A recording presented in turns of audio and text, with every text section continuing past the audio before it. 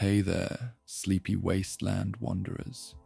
Tonight, we're diving into the haunting beauty of the Fallout universe, where broken cities whisper forgotten stories, and every shadow hides a tale of survival. I'll be your guide through these glowing ruins, sharing quiet moments of hope, resilience, and the eerie calm of a world long gone. 26. Things you never knew about Fallout. 4.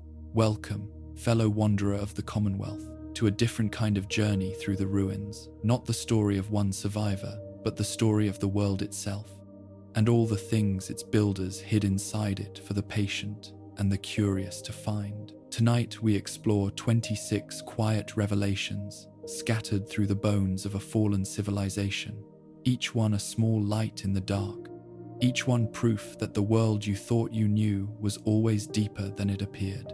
Settle in, let the wasteland settle around you, and allow these discoveries to carry you gently into sleep. There is no urgency here. There is no destination that demands your arrival by any particular hour. There is only the dark, and the ruins, and the stories waiting inside them, and all the time in the world to find them.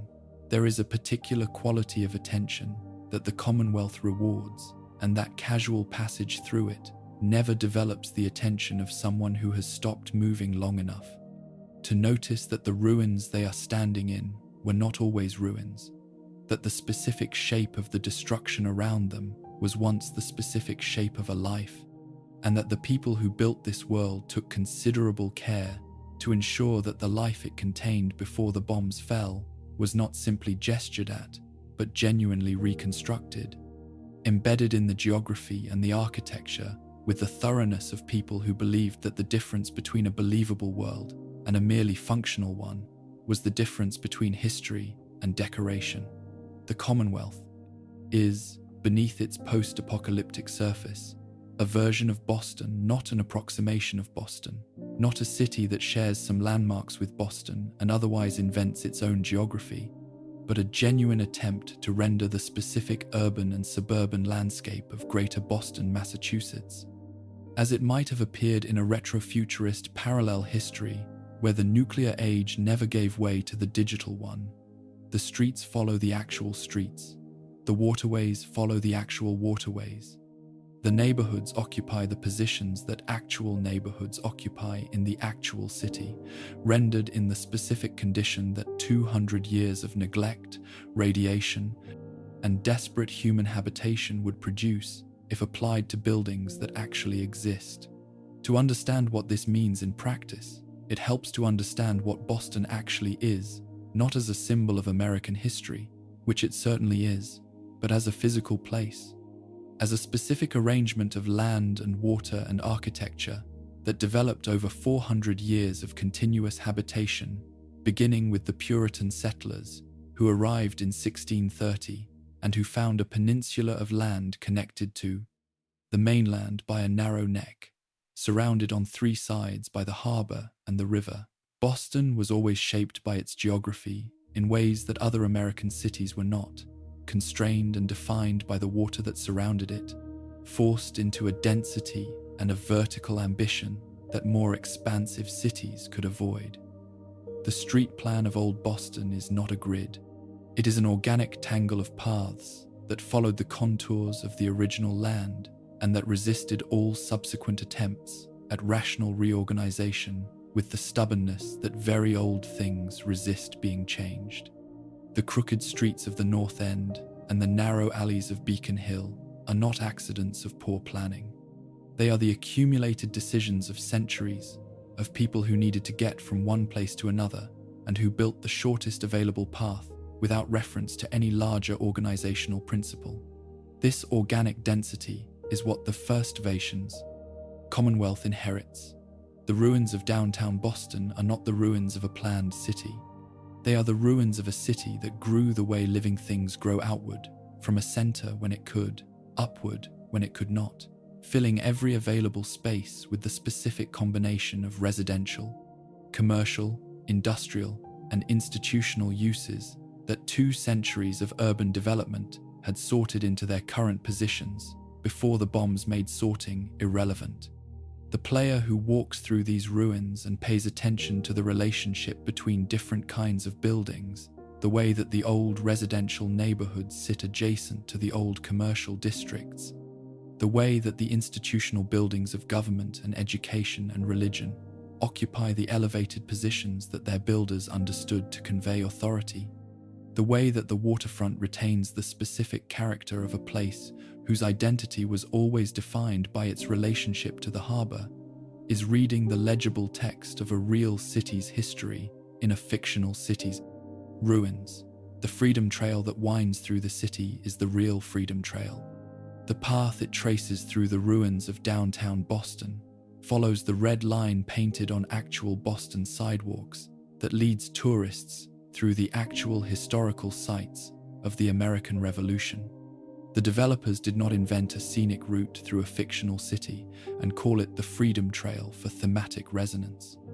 They mapped the actual trail and placed it in the actual landscape, then asked players to follow it through ruins that occupy the positions of the actual buildings the actual trail passes. The reward at the end of that trail, for players who followed it completely, was not simply a quest objective, but the satisfaction of having walked a real historical path through a fictional catastrophe, of having participated in an act of preservation as well as discovery. But the freedom trail in the game is more than a navigation puzzle. It is a meditation on what historical memory means in a world that has experienced total catastrophe, on the question of what happens to the past when the institutions that preserved and interpreted it are destroyed along with everything else. The freedom trail in the actual city exists because someone decided that the physical locations of historical events should be marked and connected, that the places where significant things happened should be identifiable to people who come after, that geography and history have a relationship worth preserving. In the Commonwealth, the trail persists physically. The red line is still visible on the old street surfaces for players who look for it, but the institutions that gave it meaning are gone. No one in the Commonwealth knows what the Freedom Trail commemorates. No one alive has any living memory of the events the trail was designed to honor. The path continues to exist because paths are durable, because paint on stone is among the more lasting things that human civilization produces, but the meaning it was intended to carry has been almost completely lost. Almost. The railroad uses the Freedom Trail as a navigation system, building its operational security around a path whose original significance has been forgotten by everyone except the people who happen to find the trail useful as a structure for other purposes. This appropriation is one of the game's most quietly devastating observations about the nature of historical memory and institutional continuity, that the things that survive catastrophe survive not because their original meaning was preserved, but because they were physically durable enough to remain useful for entirely different purposes in entirely different circumstances. The Freedom Trail survived 200 years of post-nuclear Boston, not because anyone maintained it or protected it or understood its significance, but because paint on old stone is harder to destroy than the civilization that applied the paint. It is now an underground railroad's communication system. The irony of this repurposing the Freedom Trail become the infrastructure of literal liberation is either the game's most sophisticated historical joke or a coincidence so perfect that it might as well be intentional. It is certainly intentional. The Public Garden, Boston's famous botanical park, the oldest public botanical garden in the United States. The park that contains the famous Swan boats and the famous Make Way for Ducklings statues appears in the Commonwealth as the area the game calls the Public Garden, in the same position relative to the Common and the surrounding streets that it occupies in the actual city. The Swan boats are there, beached and rusted and grown over with 2 centuries of untended vegetation, but recognizably the same swan boats. The duck statues are there, knocked from their bases, scattered across what was once a maintained path. These details were not placed by accident or approximation. Someone researched the actual public garden, found the actual swan boats and the actual duck statues. and put them in the game in the positions they actually occupy, so that players who knew Boston would experience the specific vertigo of recognizing something real inside a fiction, and players who did not know Boston might someday visit and experience the inverse vertigo of recognizing something fictional inside a reality.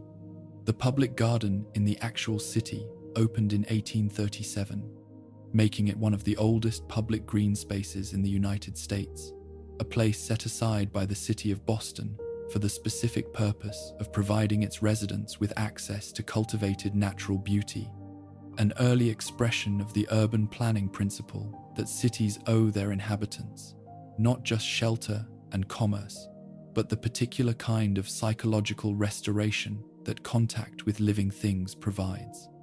The Swan boats, that became one of the park's most beloved features, were introduced in 1877, operated by the same family that founded them for well over a century, becoming an institution so thoroughly embedded in Boston's cultural identity that they appear in children's books and appear in the memory of virtually every Boston resident who grew up in the 20th century as a specific piece of childhood experience. They are, in the pre-war world of Fallout, evidence of a continuity that the bombs ended the continuity of a specific family operating a specific attraction in a specific park for over 100 years. A continuity that speaks to the kind of stable, prosperous, orderly society that such institutions require in order to persist. In the Commonwealth, the Swan boats sit grounded in what remains of the pond, their swan-shaped housings corroded and draped with 2 centuries of aquatic growth, their pedals seized by rust that has had a very long time to advance. They are not threatening, they are not dramatic, they are simply the specific wreckage of something that was once charming, and their presence in the exact location where they actually exist in the actual city produces, for the player who knows what they are looking at, a quality of loss that is different from the generic loss that post-apocalyptic aesthetics usually provide. It is not the loss of civilization in the abstract. It is the loss of swan boat rides in the public garden on a Sunday afternoon in summer. A loss so specific and so ordinary that it achieves through its particularity a kind of emotional weight that the destruction of more obviously significant things cannot always reach. The duck statues, the bronze ducks from Robert McCloskey's 1941 children's book, Make Way for Ducklings, installed in the public garden in 1987, occupy in the Commonwealth. The position they actually occupy in the actual park, which is along the path on the south side of the pond where McCloskey's fictional ducks made their famous march. They have been knocked from their bases. Some of them have been scattered by the decades of displacement and decay that follow nuclear catastrophe applied to bronze sculptures on stone pedestals. But they are recognizable. They are the right ducks, in roughly the right place, in the wrong condition. And the wrongness of their condition is not generic wrongness. It is specifically the wrongness of something that was maintained and beloved, and that has not been maintained or beloved for 200 years. McCloskey published Make Way for Ducklings during the Second World War, a book about a family of ducks finding a safe place to live in a city, a book whose central concern is the possibility of safety and home in an environment that seems hostile to both. The ducks that made their way to the public garden, in the book and in the bronze and in the game, were looking for somewhere to stay. In the Commonwealth, they have been there for 200 years. The city has not been kind to them. They stayed anyway.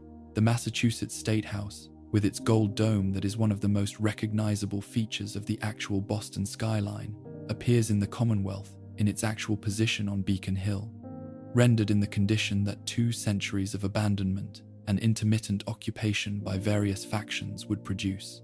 Players who approach it from the direction of the common, as tourists and locals approach it in the actual city, encounter a building whose essential shape and position and relationship to its surroundings are accurate enough that the ruins carry the specific weight of something that was once real, rather than the generic weight of something that was invented to look ruined.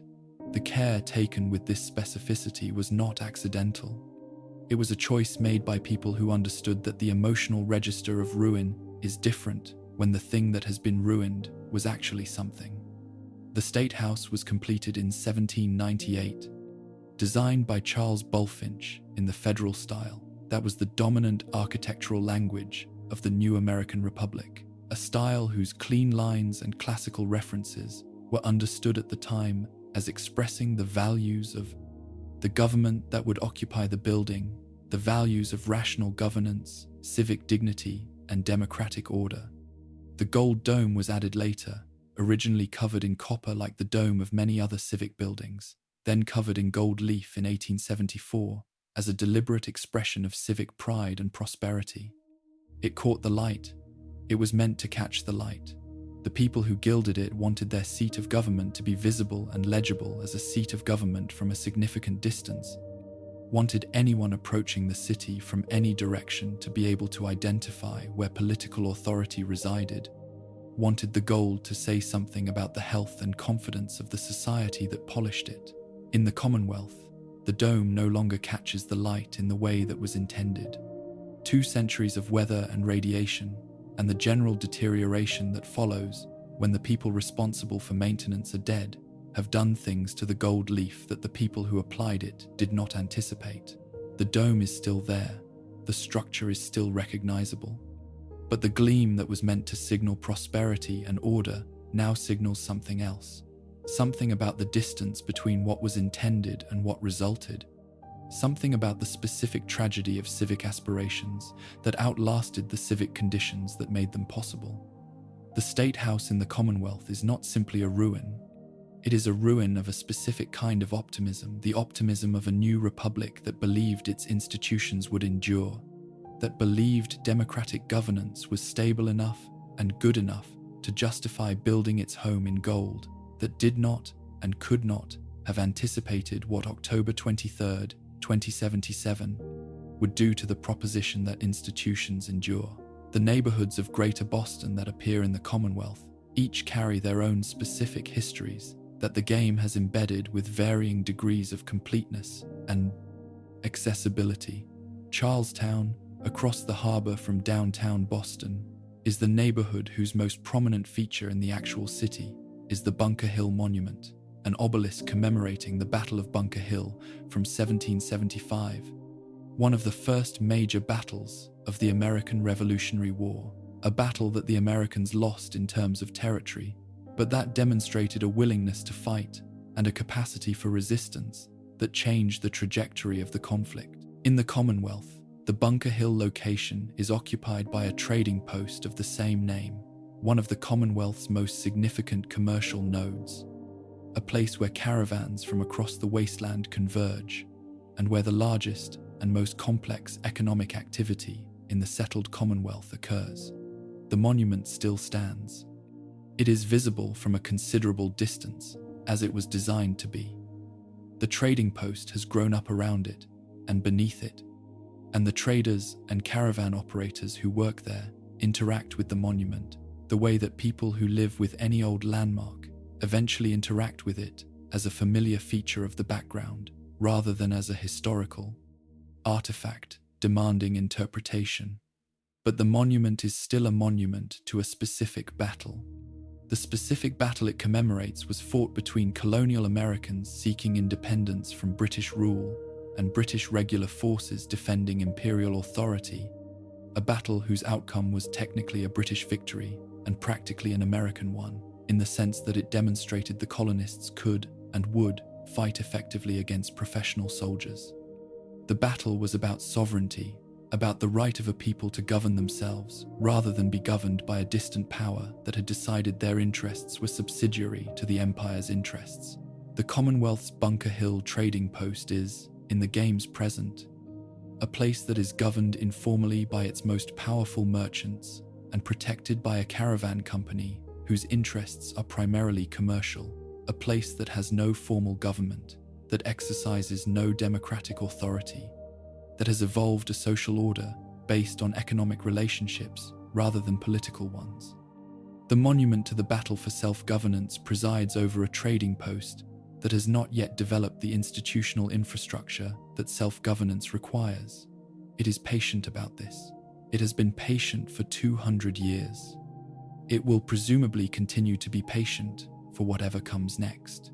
The North End, Boston's oldest residential neighborhood, the neighborhood that was home to Paul Revere, the neighborhood that became the heart of Boston's Italian-American community in the late 19th and early 20th centuries, the neighborhood whose narrow streets and dense human habitation make it one of the most legible traces of the city's original organic development, appears in the Commonwealth in a form that preserves its essential character. Even through 2 centuries of catastrophe, the streets are still narrow, the buildings are still dense. The specific quality of human habitation pressed close together that characterized the North End before the war has left its traces in the ruins, in the way the buildings relate to each other, in the specific scale of the surviving structures. It is not a neighborhood that was built for the kind of post-apocalyptic activity that now occupies it. It was built for a much denser, much more ordinary kind of human life, and the ruins carry that scale, even in their current condition, the scale of a place where many people lived close together, which is different from the scale of a place that was designed for commerce or government or industry. The specific historical depth of Greater Boston, the fact that it is one of the oldest European settled cities in North America, that its history encompasses not just the obvious touchstones of the American Revolution, but 400 years of continuous habitation, trade, immigration, political struggle, cultural development, and institutional growth, gives the Commonwealth's ruins a layered quality that the ruins of a younger city would not have. When the game places a colonial-era building in a position that reflects its actual colonial-era position, it is not simply providing historical texture. It is providing evidence of a depth of human presence that the post-nuclear landscape has not entirely erased.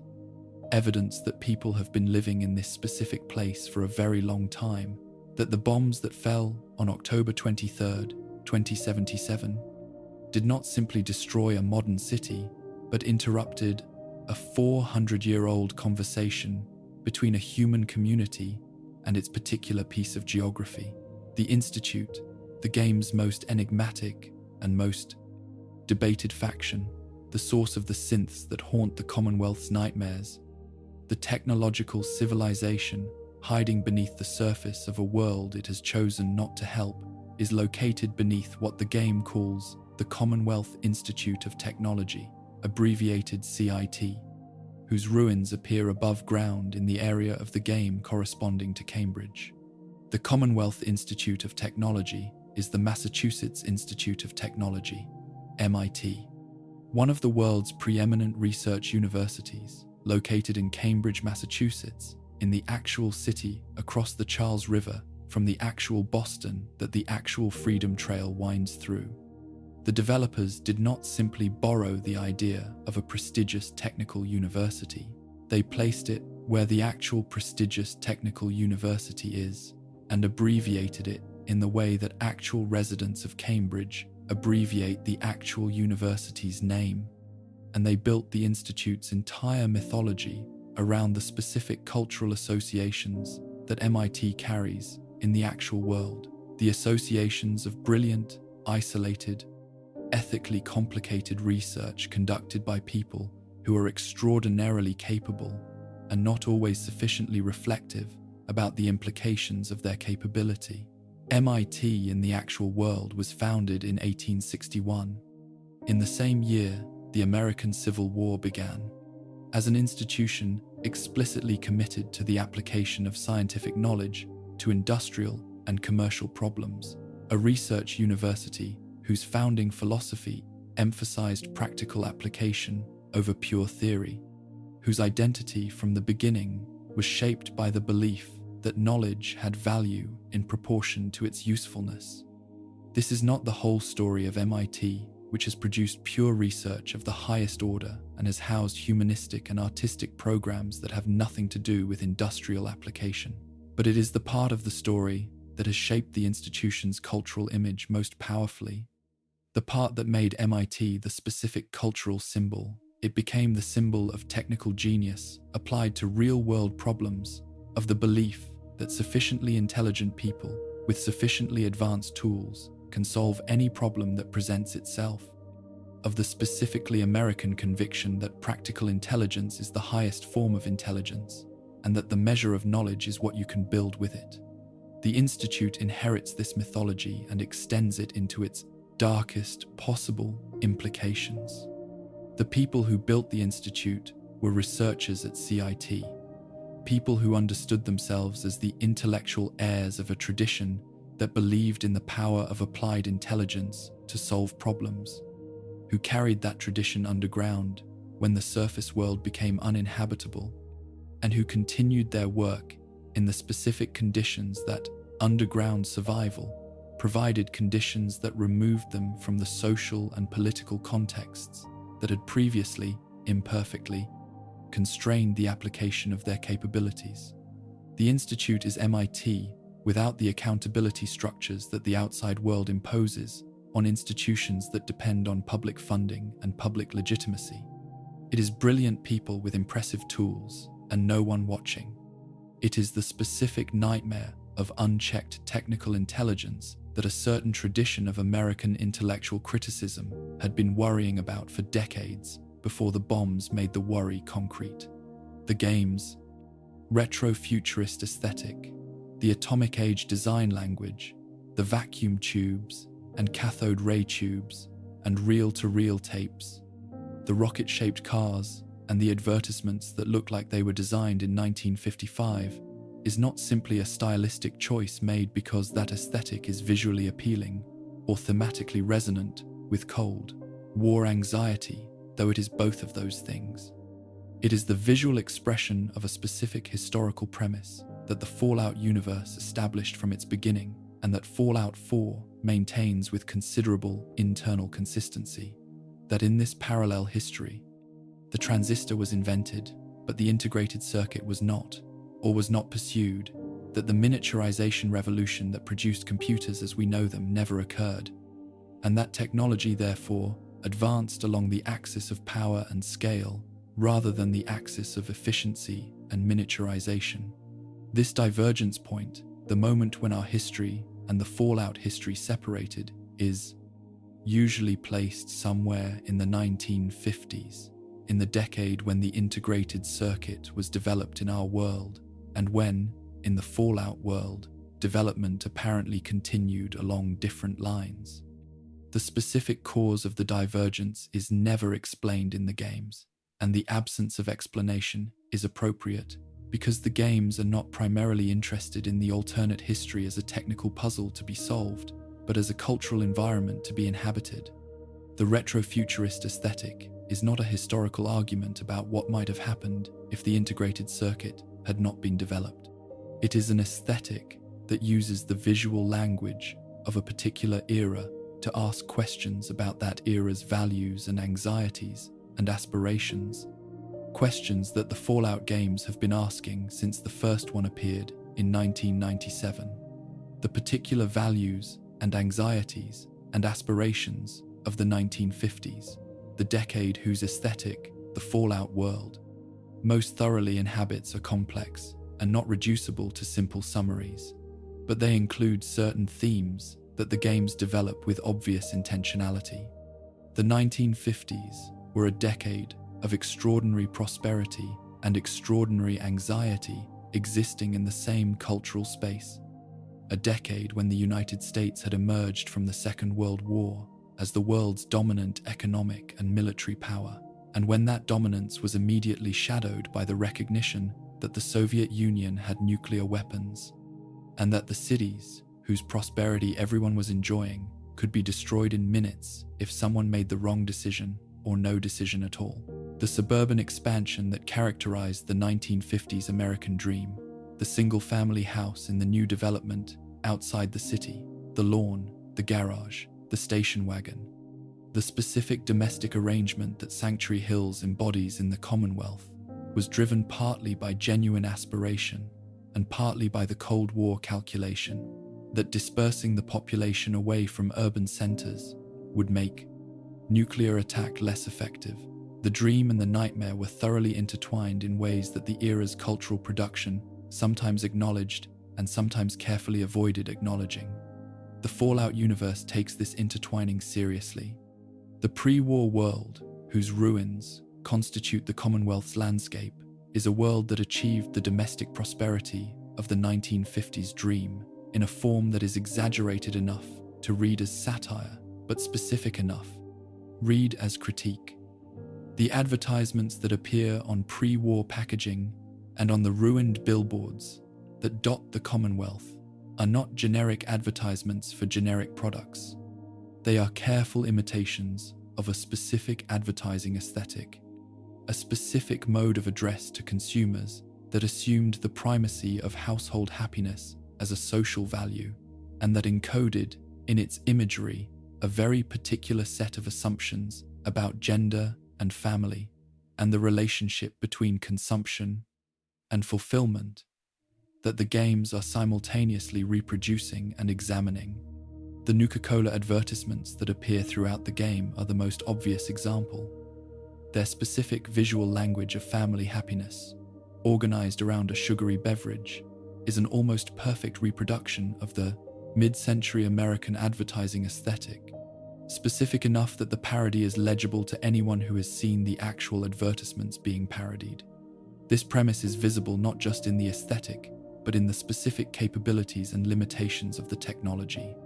Throughout the game, the computers that appear on terminals throughout the Commonwealth are sophisticated enough to have maintained continuous operation for 200 years, to have stored enormous quantities of data, to have managed complex automated systems in the absence of human operators.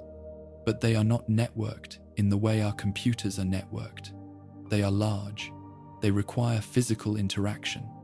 They cannot be accessed remotely in ways that would require the kind of wireless communication infrastructure that depends on the miniaturized electronics that this world never developed. The Pip-Boy worn on the player character's wrist is not a smartphone that happens to look retro.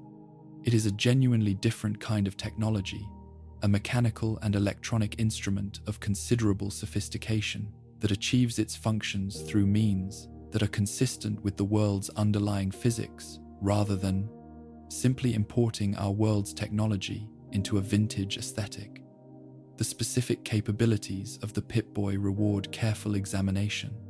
It tracks radiation exposure, which requires a Geiger counter, a technology that has existed since the early 20th century, and that requires no miniaturized electronics to function.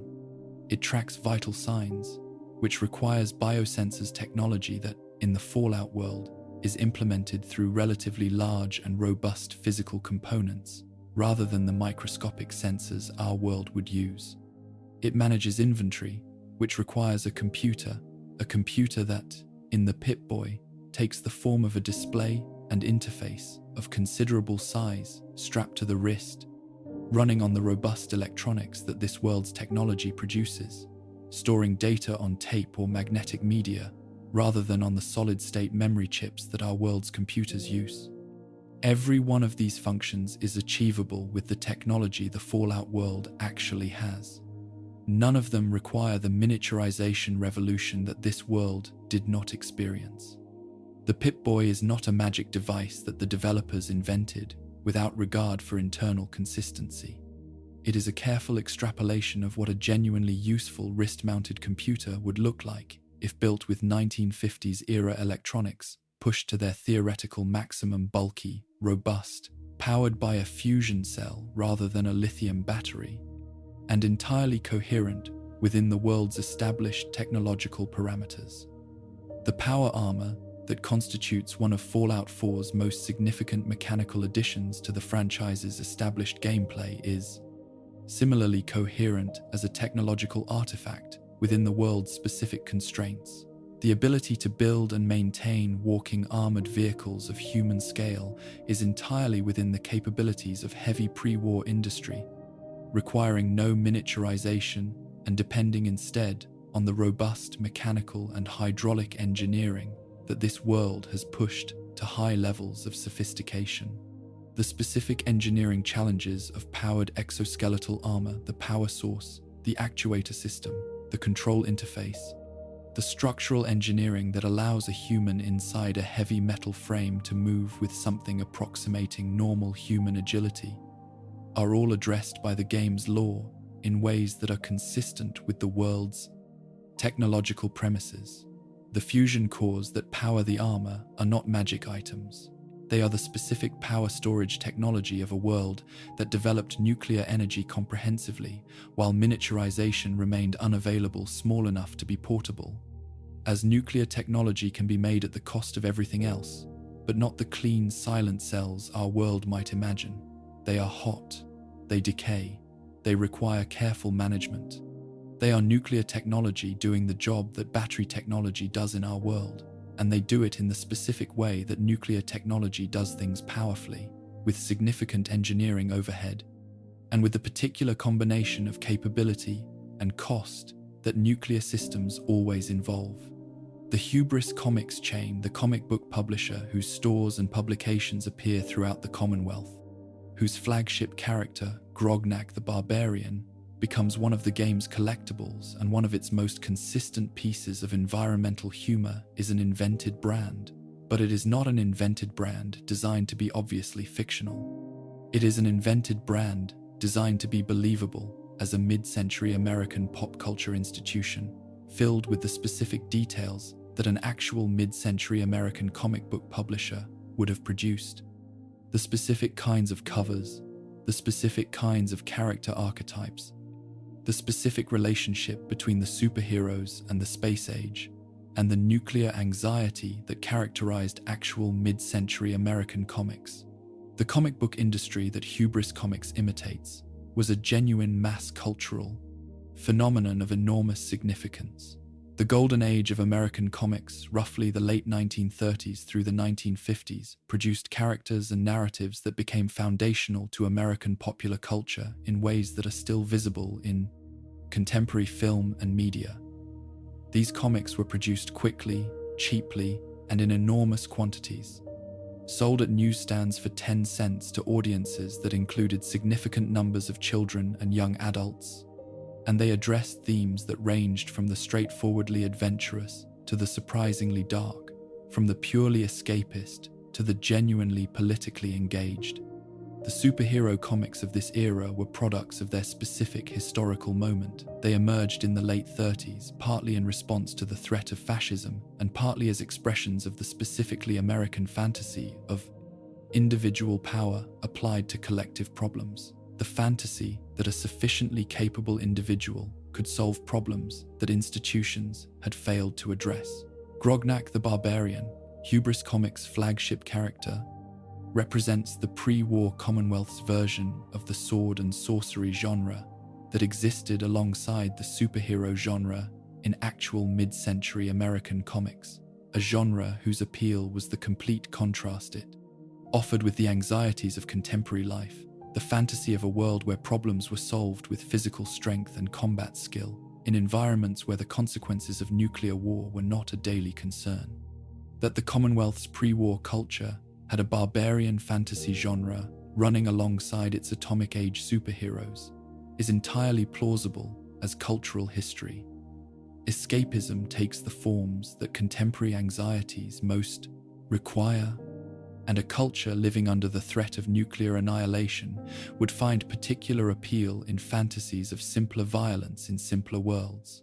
The Silver Shroud, the radio drama turned, comic book turned, Halloween costume turned, active persona that one of the game's most memorable quests puts the player inside represents a different facet of the pre-war Commonwealth's pop culture, the pulp detective genre, the hard-boiled mystery tradition, whose specific aesthetic emerged in the 1920s and 1930s, and that became one of the defining voices of American popular fiction in the mid-century period.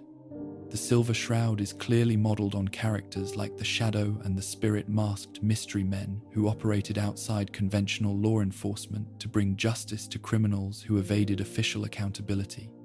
The specific appeal of this genre in the pre-war world is easy to understand. In a society that the game's lore establishes as increasingly corrupt, as a place where the official institutions of governance and law enforcement were failing or had been captured by the interests of the powerful. The fantasy of a masked individual who bypassed corrupt institutions and delivered justice personally would have obvious appeal.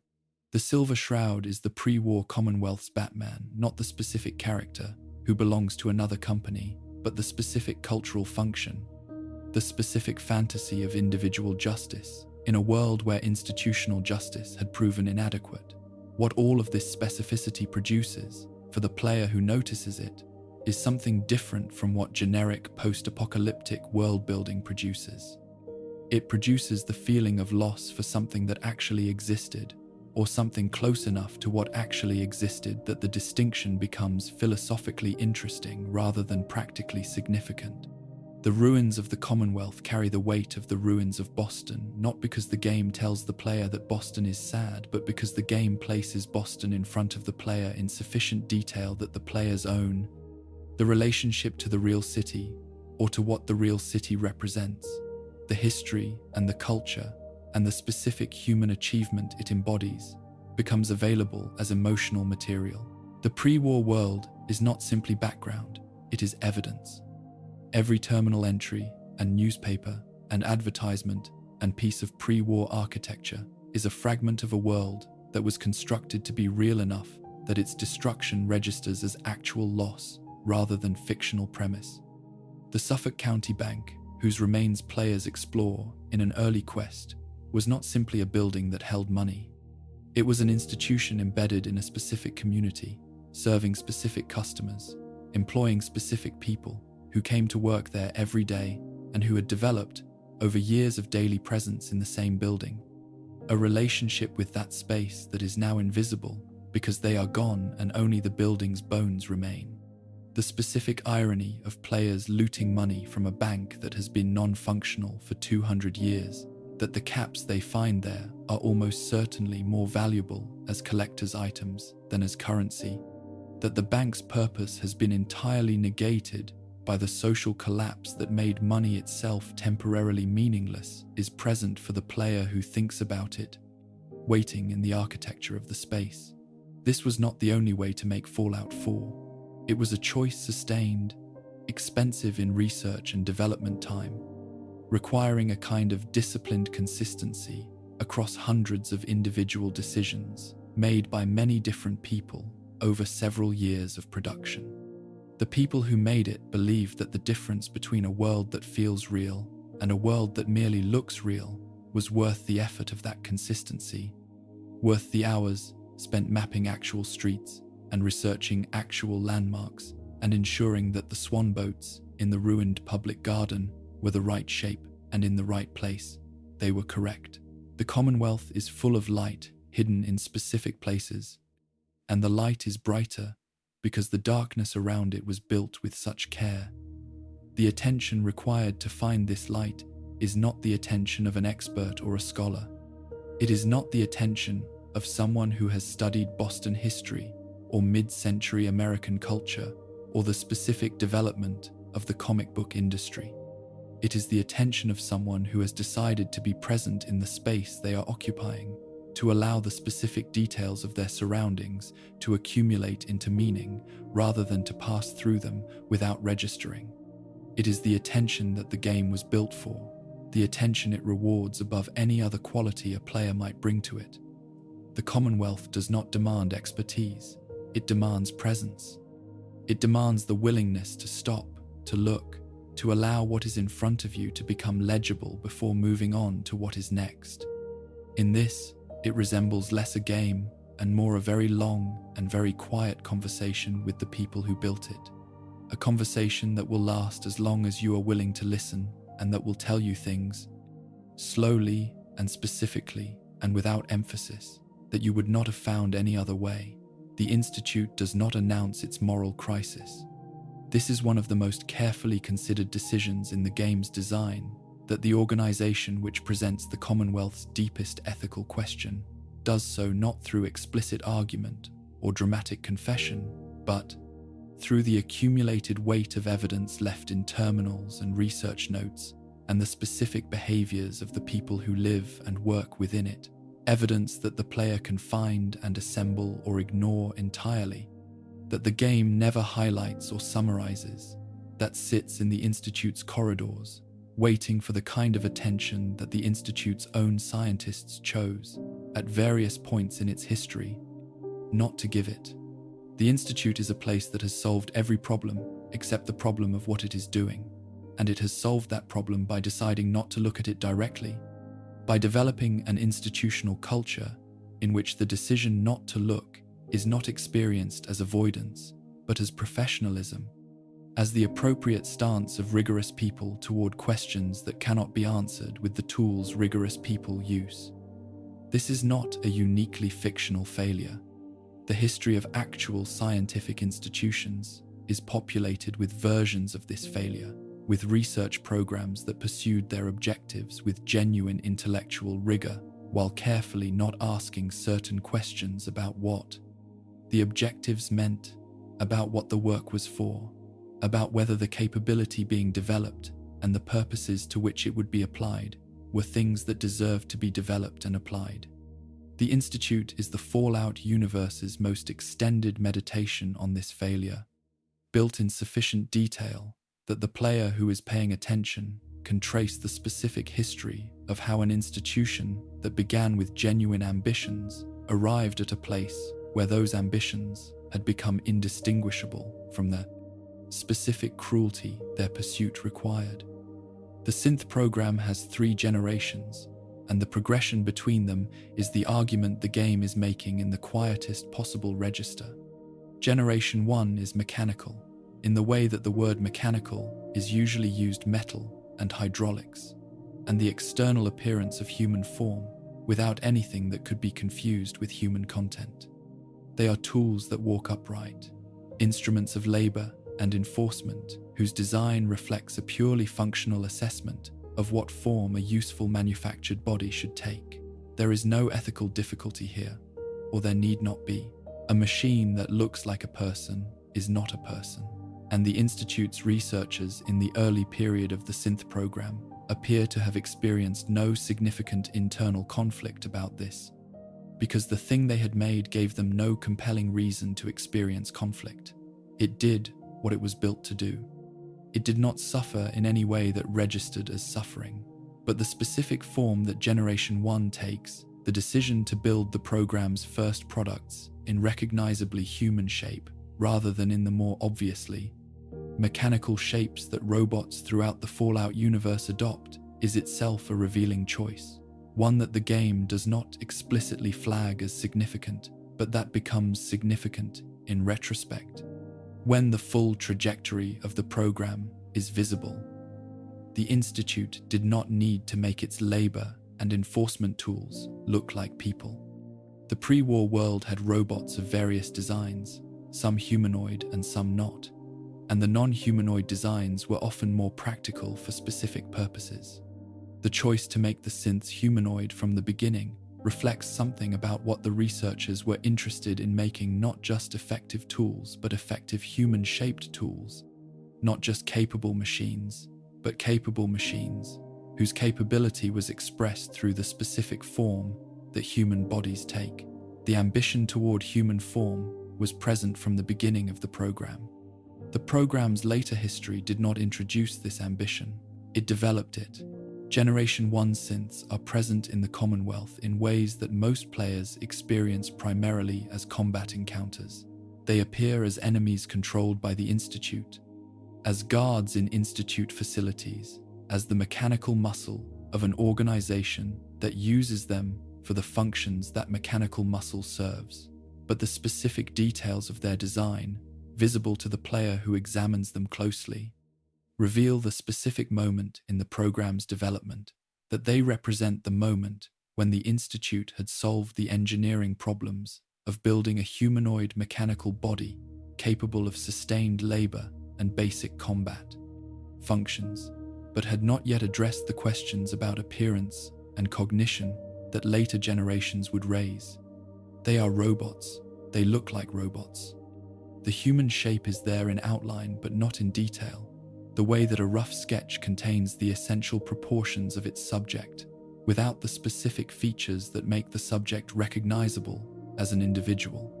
They are the beginning of an argument whose conclusion no one at the Institute appears to have been fully prepared to follow. Generation 2 is where the history becomes interesting to examine, because Generation 2 represents an escalation in human resemblance that is not strictly required by the functional goals the Institute had established for its synth program. Generation 1 synths could perform labor. They could enforce the Institute's will in the Commonwealth above ground. They could serve the operational purposes for which the program had been designed. The decision to make Generation 2 more human in appearance was not a decision driven purely by functional necessity. It was a decision that reflects something about what the Institute's researchers found compelling, something about the direction their ambitions were pointing that went beyond the stated goals of the program. They wanted to make something more like a person. The reasons they gave themselves for this wanting were technical and progressive, framed in the language of improved capability and expanded utility.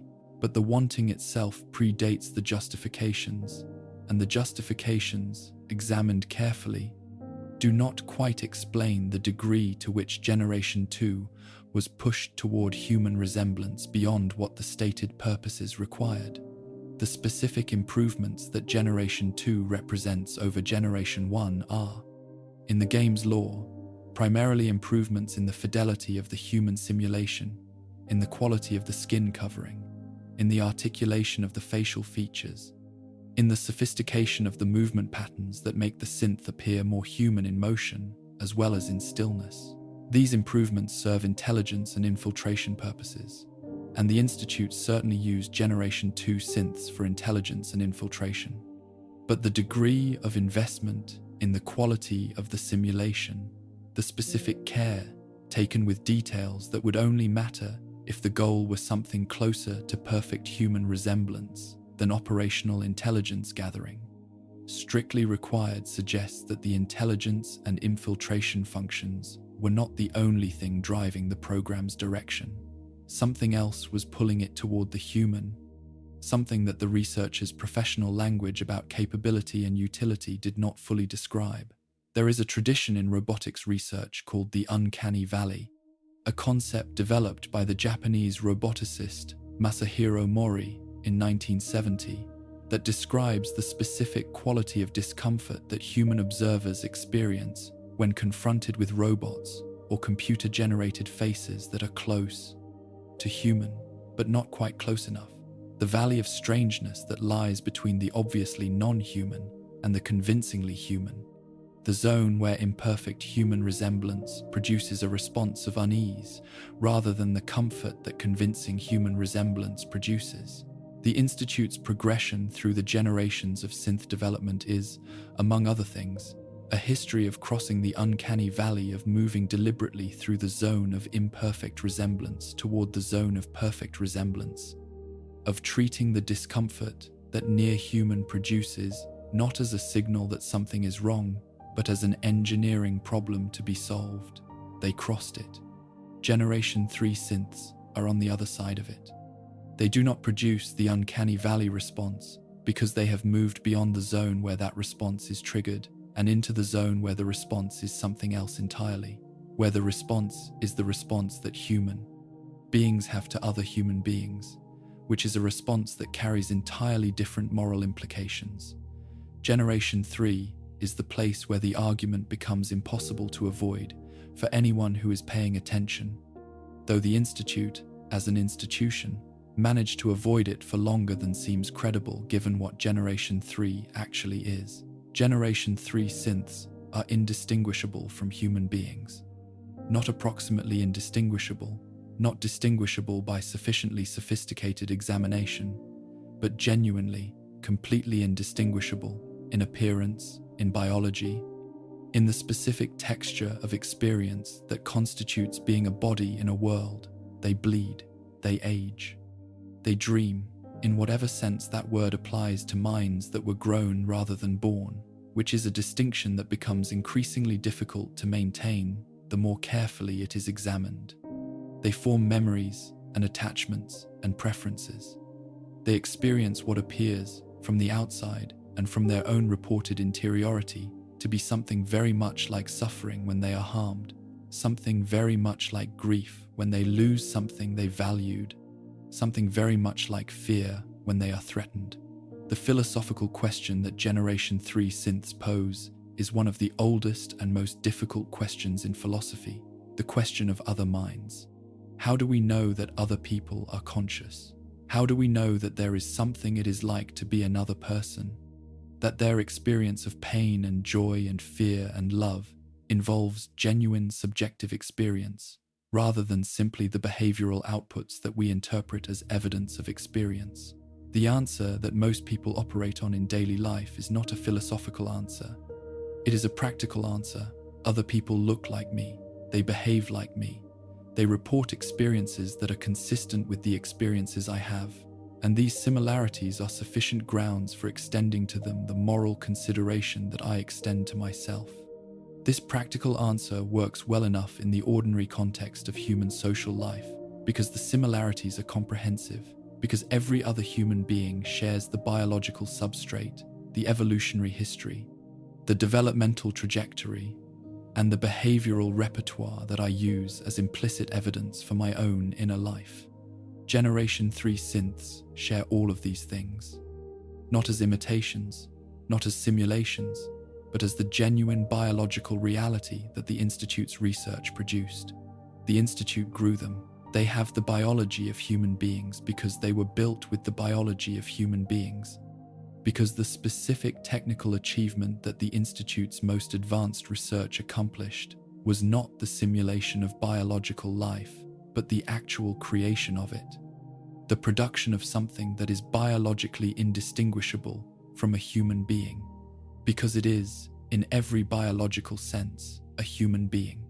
The philosophical question of whether they have inner lives is therefore not answered by pointing to the differences between their biology and human biology, because there are no such differences available to point to. It is answered, if it is to be answered at all, by the same practical reasoning that we apply to other human beings, by the evidence of their behavior, their reports of their experience, and the similarity of their biological substrate to the substrate of beings whose inner lives we do not doubt. The Institute's official position on what this means is that it means nothing categorically different from what a very sophisticated simulation would mean, that the human-like responses of Generation 3 synths are the outputs of a sufficiently complex system, rather than the experiences of a genuine subject, that the appearance of inner life is not the same as inner life, that the question of whether there is something it is like to be a Generation 3 synth is a question that cannot be answered with certainty, and should therefore default to the answer that is most convenient for the institution's operational needs. This position is not indefensible as a philosophical matter. The hard problem of consciousness is genuinely hard, and the uncertainty about what kinds of systems are capable of genuine experience is genuine uncertainty rather than mere evasion. But the Institute's deployment of this uncertainty is selective in ways that reveal something about the institution's actual motivations. The uncertainty is invoked to deny moral status to the things that the Institute created and controls. It is not applied with equal rigor to the question of whether human beings, whose inner lives are also ultimately inferred from external behavior, deserve the moral consideration the Institute extends to them. The uncertainty is used as a knife that cuts in one direction only, and a knife that cuts in one direction only is not a philosophical tool. It is a weapon. The history of philosophy contains numerous examples of this kind of selective uncertainty cases, where genuine philosophical questions about the nature of mind and the grounds of moral consideration were deployed not in good faith pursuit of understanding, but in defense of social arrangements that required certain beings to be excluded from the moral community. The question of whether enslaved people had fully human inner lives was not, in the historical periods when it was asked, a question that its askers were genuinely uncertain about in the same way that they were genuinely uncertain about other philosophical questions. It was a question asked in service of an arrangement that required a particular answer, and the philosophical resources of the era were selectively deployed to provide that answer, rather than to examine the question honestly. The Institute's position on synth consciousness inhabits this tradition. The specific form of the question has changed. It concerns beings that were manufactured rather than born, that were created by the people asking the question rather than existing independently of them. But the structure of the argument and its relationship to the interests that the argument serves is recognizable. The terminal entries, scattered through the Institute's residential and research sections, tell the history of this evasion from the inside, and they tell it with a specificity that suggests the writers knew exactly what they were doing. Individual researchers, across decades of the program's history, wrote notes and memos and personal journal entries in which they described their discomfort with the conclusions their own work was leading toward. These entries are not uniformly clear or fully articulate. They are the writing of people in the middle of a moral difficulty. They do not have adequate frameworks to process. People who were trained as scientists and who are encountering a question that science can illuminate but cannot resolve. One researcher writes about a Generation 3 synth that asked, unprompted, what happened to synths that were decommissioned. The researcher notes that the question was not programmed, that the synth asked it in a context where no operational purpose was served by the asking, that the quality of the attention the synth brought to waiting for the answer reminded the researcher of something, and that the researcher chose not to examine too closely what it reminded them of. This last detail, the researcher's deliberate decision not to examine what the synth's attention reminded them of, is the detail that most precisely captures the specific character of the Institute's moral failure. It is not a failure of knowledge. The researcher knows, at some level, what the synth's attention reminded them of. It reminded them of a person asking a question whose answer they needed and feared in equal measure. The failure is a failure of follow-through, of willingness to take the implication of what they knew and carry it to its conclusion, to allow the discomfort of the recognition to become the action that the recognition called for.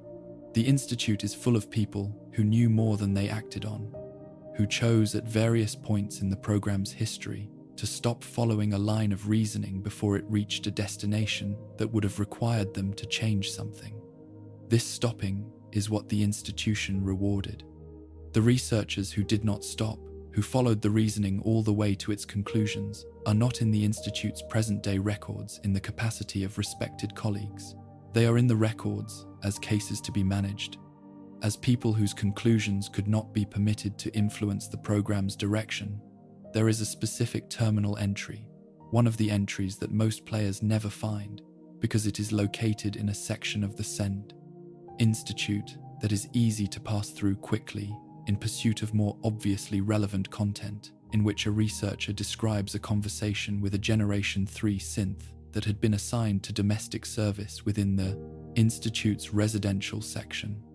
The synth had been observed over the course of several weeks, doing something that the researcher initially classified as a system error, but that resisted that classification the more carefully it was examined. The synth had been arranging objects, not the objects it was responsible for arranging as part of its domestic functions, but other objects, small items in the residential section that belonged to the researchers who lived there, arranged in patterns that served no obvious functional purpose. The researcher observed this behavior for 2 weeks before writing the entry. In the entry, the researcher describes increasing difficulty in maintaining the professional framework that classified what they were observing as a system error, increasing difficulty in finding a description of the behavior that did not involve the word play or the word art or some other word that implied a subject doing something for reasons that were the subject's own. The entry ends. There is no follow-up entry. The researcher's name does not appear in subsequent records in the context of the synth program. What happened to the researcher or to the synth is not available in the accessible record. Nick Valentine is the piece of evidence that the game places most visibly in front of the player, and it is a measure of how effectively the Institute's framing has been absorbed by most players, that many of them do not register what Nick Valentine represents in the context of the synth program's history. Nick Valentine is a Generation 2 synth who carries the complete memories and personality of a pre-war Boston police detective, installed through a process that the Institute was conducting as an experiment in memory transfer, long before the synth program reached the sophistication that produced Generation 3. He is, by the game's own logic, a person, not a simulation of a person, not an imitation of a person, but a continuous subject who has maintained the thread of a specific identity across 200 years, and who experiences his own existence as what it is, the life of someone who woke up in a world where everything he remembered had been destroyed, in a body that was not the one he was born into, carrying the weight of a past that was someone else's and that he has nevertheless made his own. The specific detail of Nick Valentine's pre-war identity, a Boston police detective named Nick Valentine, a man who had fallen in love and had been working a case involving a gangster named Eddie Winter when the world ended, is a detail that rewards the player who pursues his companion quest completely. The pre-war Nick Valentine was not a simple figure. He was a man trying to do right in a city that made doing right complicated, working within an institution that was not always oriented toward the outcomes that doing right would require, carrying the specific burden of someone who cares about justice in a context where justice is not always what the institutional structures around him are designed to produce. He became a synth, in the sense of having his memories transferred to a synth body, during a period of research that the Institute later categorized as an exploratory project in artificial memory, a project whose results were classified as inconclusive, when the Institute decided that the direction it was exploring was not a direction it wanted to pursue, a decision that says something about what the Institute found when it looked at what it had created and decided, for reasons it did not fully document, that this particular achievement was not one it wanted to build on. The 200-year gap between the pre-war Nick Valentine and the present-day Nick Valentine is not a gap of unconsciousness or suspension. It is a gap filled with experience, with decades of living in the wasteland, of developing relationships and habits, and a specific way of engaging with the world that is entirely Nick's own, that emerged not from the pre-war memories he was given, but from what he did with those memories in the circumstances he found himself in. The pre-war Nick Valentine's memories are the foundation of his identity, but they are not his whole identity, any more than any person's childhood experiences are their whole identity. He has grown, he has changed. He has become, across 2 centuries of post-war existence, someone who is related to the pre-war detective, whose memories he carries, but who is not simply that detective persisting in a different body. He is the person that detective became, in circumstances that the detective could never have imagined, over a span of time that the detective never lived to see. This is what the Institute classified as a failure: the emergence of genuine continuity, genuine development, genuine personhood from the substrate of a synth body and an implanted memory, the specific proof that what they had created in their memory transfer experiment was not a recording of a person, but an actual person, a subject capable of growth and change, and the specific kind of becoming that constitutes a life was not recognized by the Institute as success, because success would have required them to reckon with what they had made. The Institute created a person. Then they classified the creation as a failure, walked away from it, and proceeded to spend decades developing a program whose endpoint was the same thing they had already made, while telling themselves and each other that the endpoint would be a product rather than a person. The specific cruelty of this, the specific quality of what it means to be Nick Valentine, to have been created and abandoned, and then to exist for 200 years in a world that has no adequate framework for what you are, is something the game approaches carefully and without sentimentality. Nick is not defined by his abandonment. He has moved past it in the specific way that people move past things that were done to them that they did not deserve and cannot change, not by forgetting or forgiving, but by building something of sufficient value to make the injury survivable, by finding work that matters and relationships that sustain and a way of being in the world that is worth being. He is a private detective in Diamond City. He solves mysteries. He helps people. He has a partner who believes in him, and an office that is his, and a reputation that is entirely his own creation, built on 2 centuries of behavior that no one programmed and no one predicted, and no one in the Institute who classified him as a failure would have thought to account for. The relationship between Nick Valentine and the sole survivor, if the player develops it through the full companion quest, is one of the game's most quietly affecting narrative achievements, achieved not through dramatic confrontation or explicit emotional declaration, but through the specific accumulation of small moments of working together and talking, and the gradual development of mutual understanding between 2 people who are each, in their own way, survivors of things that should not have been survivable. The sole survivor lost everything to the bombs and the ice and the 200 years of absence.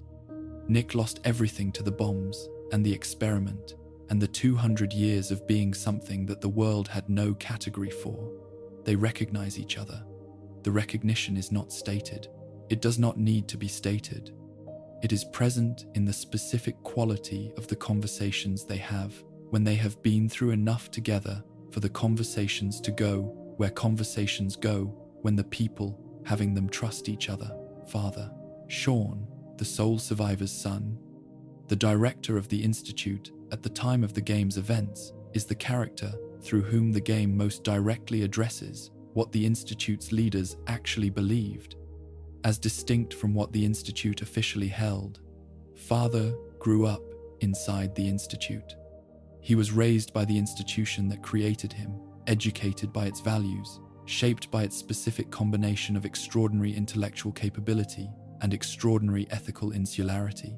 His relationship with the sole survivor, whom he engineered to enter the Commonwealth as a test of the Institute's capabilities, rather than as a reunion between parent and child, is the relationship of someone who has so thoroughly absorbed the Institute's framework for evaluating persons that he applies it even to the person who made him. The specific tragedy of Father is not that he is evil. He is not, in the simple sense of the word, evil. He is brilliant and cold and genuinely convinced that what the Institute is doing represents humanity's best hope, and the game does not entirely disagree with him. The Institute's technology is real.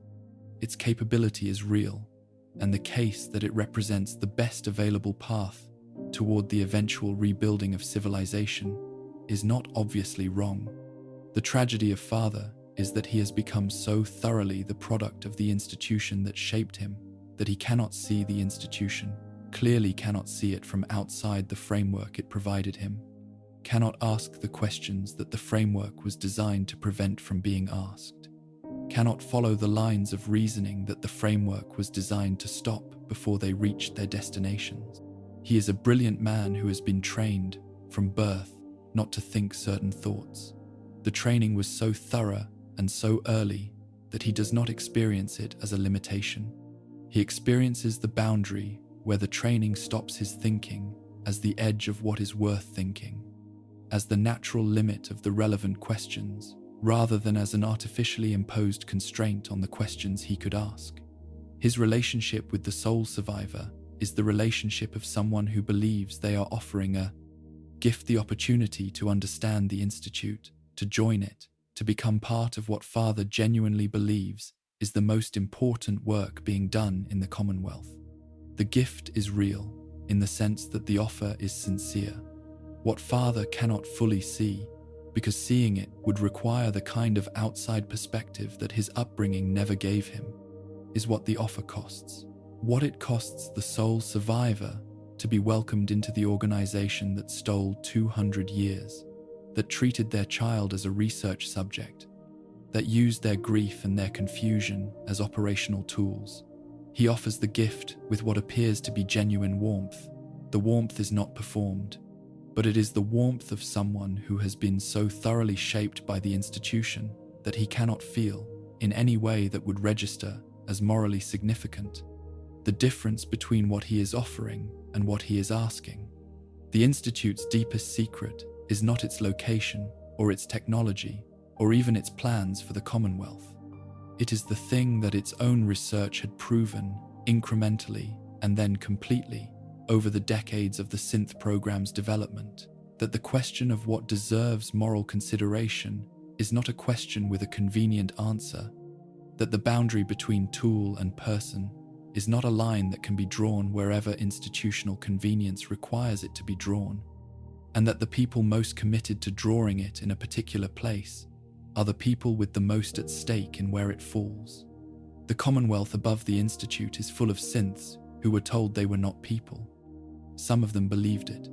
Some of them could not quite believe it and were given no adequate framework for the doubt.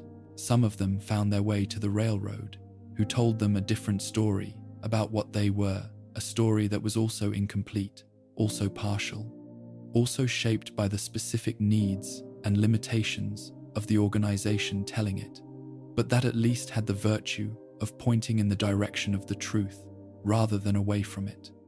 The ones who accepted new identities and new memories and new lives as the price of the freedom those lives could offer carry in their new selves. The trace of the question the Institute refused to answer honestly. They are people who were told they were products, who survived the telling, and who went on living in the way that people go on living, imperfectly, hopefully, forward. The game never resolves this question on the player's behalf. It does not tell the player that synths are definitively conscious or definitively not, that the Institute is definitively wrong or definitively right, that the railroad's approach to the problem is the correct one or merely the most sympathetic one. It provides the evidence and leaves the conclusion to the player, which is the specific form of respect for the player's intelligence, that the game's best design decisions share the conviction that the player who is paying attention is capable of drawing conclusions that the game does not need to draw for them. The evidence is substantial. The conclusion it points toward is not obscure, but the game understands that conclusions that are arrived at are more durable than conclusions that are delivered. That understanding that has been earned through attention and thought is different in quality from understanding that has simply been received, and that the question of what deserves moral consideration is precisely the kind of question that becomes meaningless if someone else answers it for you. The Institute will eventually, in most playthroughs, be destroyed or fundamentally changed. Its labs will go dark, its researchers will scatter or die. The specific community that maintained this particular form of ethical evasion for so many decades will cease to exist in the form it took for most of the game's history.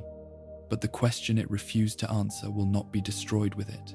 The question is present in every synth still living in the Commonwealth, in every person who was once told they were not a person, and who is still alive to have been told that, in every corner of a world that produced the Institute and will have to decide, without the Institute's convenient framework, what it thinks about the people the Institute made. The ruins of the Institute will be, for the Commonwealth that comes after, exactly what the ruins of every other pre-war institution are, evidence of what was done here, available for interpretation, carrying in their specific condition the specific story of how the people who built them arrived at the place where they are now found.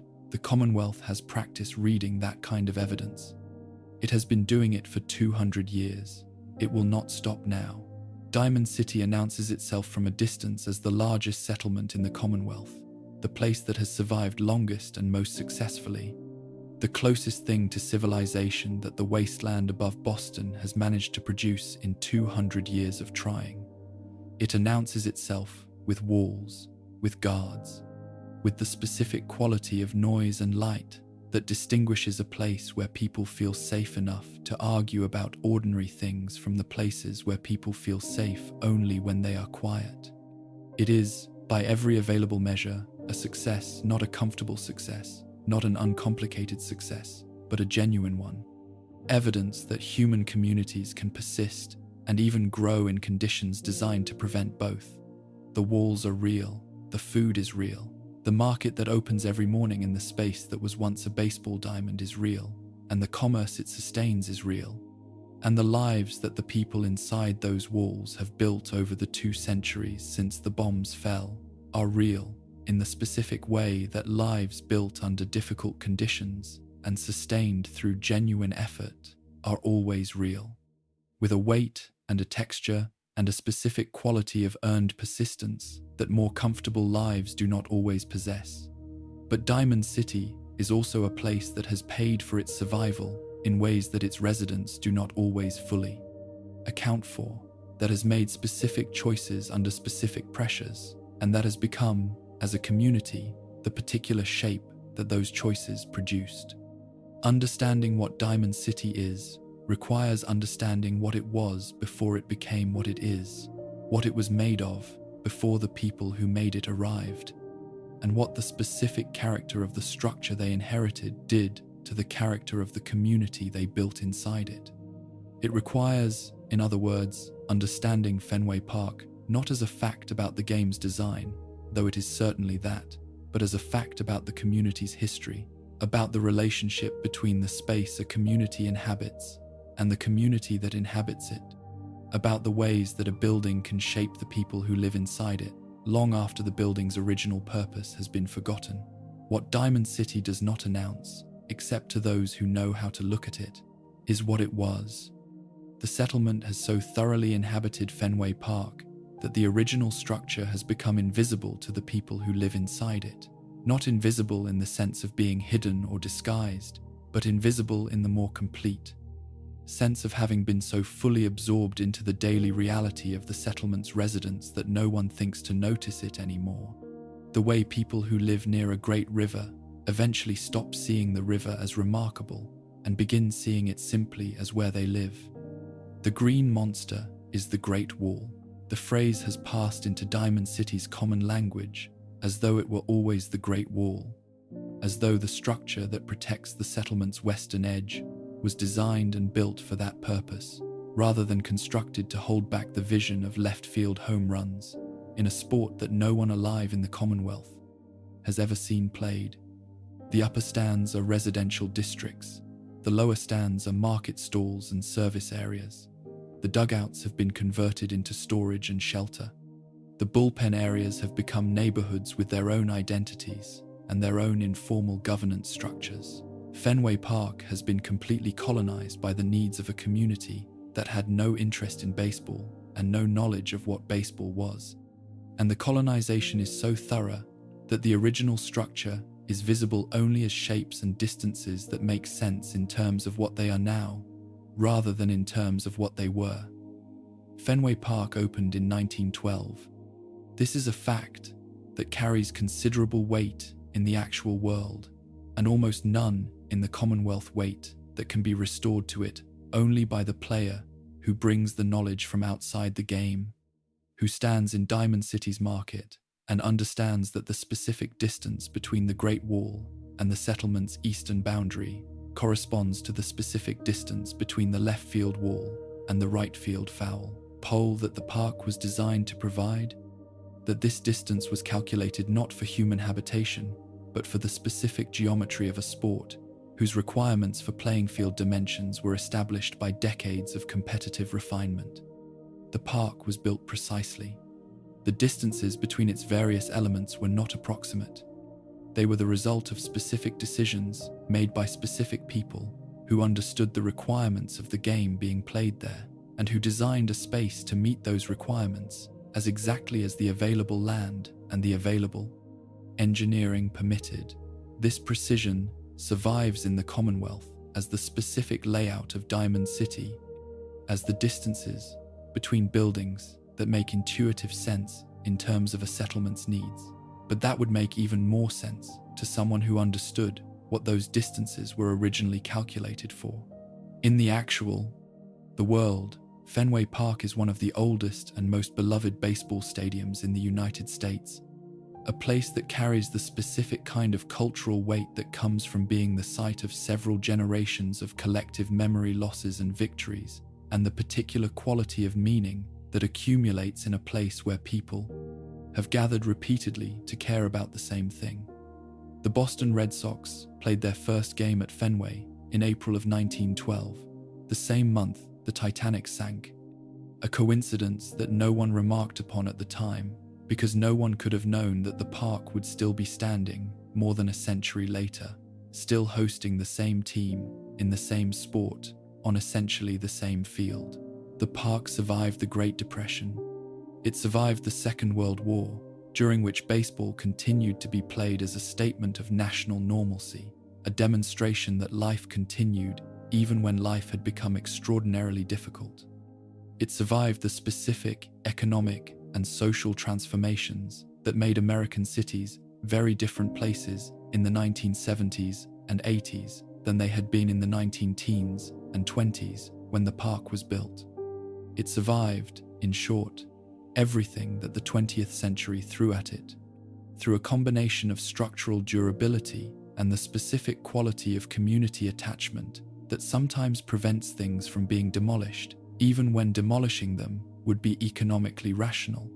The developers chose it, specifically placed Diamond City inside it specifically, and trusted that some players would know what they were standing inside and experience the specific vertigo of that knowledge, while others would simply experience a well-defended settlement without knowing what the defense was built from. Both experiences are valid, both are what the game was designed to produce, but the knowledge adds a layer that the ignorance cannot provide, the sense that Diamond City's durability is not simply a function of its walls, but of what the walls were. The sense that a structure built to hold thousands of people together for the purpose of shared experience turned out to be extraordinarily well suited for the purpose of keeping thousands of people alive. The green monster, the actual green monster, the 37-foot-high left-field wall that became one of the most distinctive features of any baseball park in the country, that shaped the specific character of the game played at Fenway more than any other structural element, is now the Great Wall of Diamond City, and the transition from one function to another is seamless enough that its full absurdity and its full elegance are only visible when both functions are held in mind simultaneously. The green monster in the actual park was built high, because the land available for the park was limited, because Fenway's location in a dense urban neighborhood meant that the left field boundary was determined by the street outside, rather than by the optimal dimensions for a baseball field, and the wall was built high to compensate for the shortness of the left field line that the street imposed. It was a practical solution to a geographic constraint, a compensation for what could not be changed. The height that resulted became a defining feature of the park's character, shaping every game played there, creating the specific dynamics of a park where a ball hit hard and low toward left field might bounce off the wall and stay in play in ways that no other park would produce. The green monster was not designed to be iconic. It was designed to be functional. The iconicity arrived later, as the specific features of a place accumulate meaning through repeated association with significant events. In the Commonwealth, the wall's height serves a different function. It makes Diamond City's western flank genuinely difficult to scale, provides defenders with a significant structural advantage, and gives the settlement a specific quality of impregnability on that side that its other boundaries do not possess.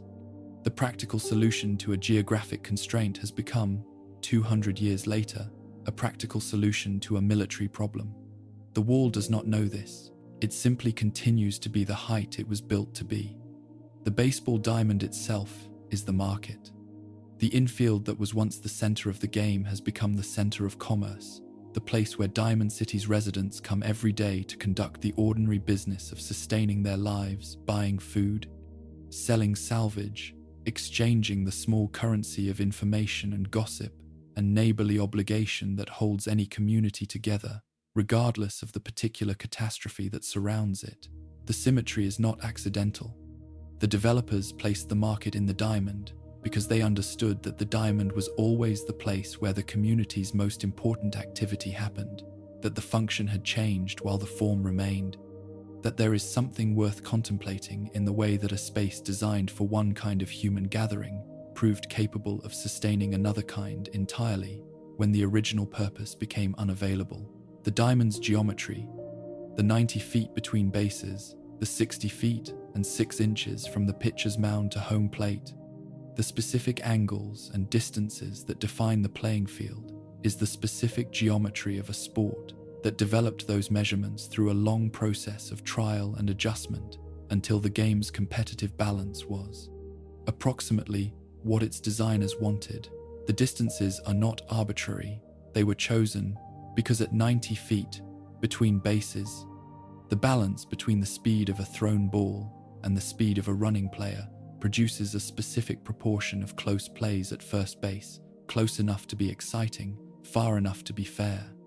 The pitching distance was refined across decades until the balance between a thrown fastball and a batter's ability to react and swing was in the range that produced the specific proportion of hits and strikeouts that the game's designers considered optimal.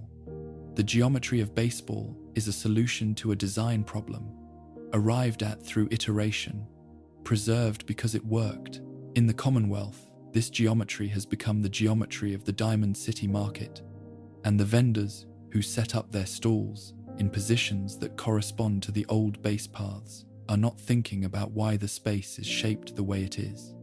They are simply occupying the space that is available, and the space that is available happens to have been designed with considerable care to support the specific kind of activity that a large number of people conducting simultaneous commercial transactions requires: a large, flat, open area with clear sight lines in all directions and enough room for movement between the various points of transaction. The broken mask incident sits in Diamond City's history the way that certain traumatic events sit in the histories of communities that survived them, as a dividing line between before and after, as the specific moment when a previously theoretical threat became concrete and personal and irrevocable, as the thing that everyone who was present for it carries as the foundational story of why the community is organized the way it is. A synth was discovered living among Diamond City's residents. Not a Generation 1 synth, not a mechanical figure that could be identified by its obviously non-human construction, but a Generation 3 synth, a person who looked exactly like a person, who had lived among Diamond City's residents long enough to be known and trusted, who was revealed as something other than what everyone had believed them to be. The revelation produced violence. The violence produced fear. The fear produced the specific kind of political climate that fear reliably produces in communities that have survived significant threats. The climate in which the desire for security overwhelms the capacity for discernment, in which the difficulty of distinguishing the dangerous from the safe produces a preference for treating everything as potentially dangerous over the vulnerability of treating anything as safe. The specific details of the broken mask incident are known to players who seek them out through conversations with Diamond City's oldest residents and through various holotape and terminal entries scattered through the settlement's history. A synth, a Generation 3 synth, indistinguishable from a human being, was living in Diamond City. The synth had been there for long enough to have formed relationships, to have become part of the community's social fabric, to have been, in every way that the community's members could observe, a person among persons. The revelation of the synth's identity, whether through the synth's own malfunction, through institute retrieval operations, or through some other mechanism that the available records do not fully clarify, produced an immediate crisis. The community had trusted someone who was not what they appeared to be.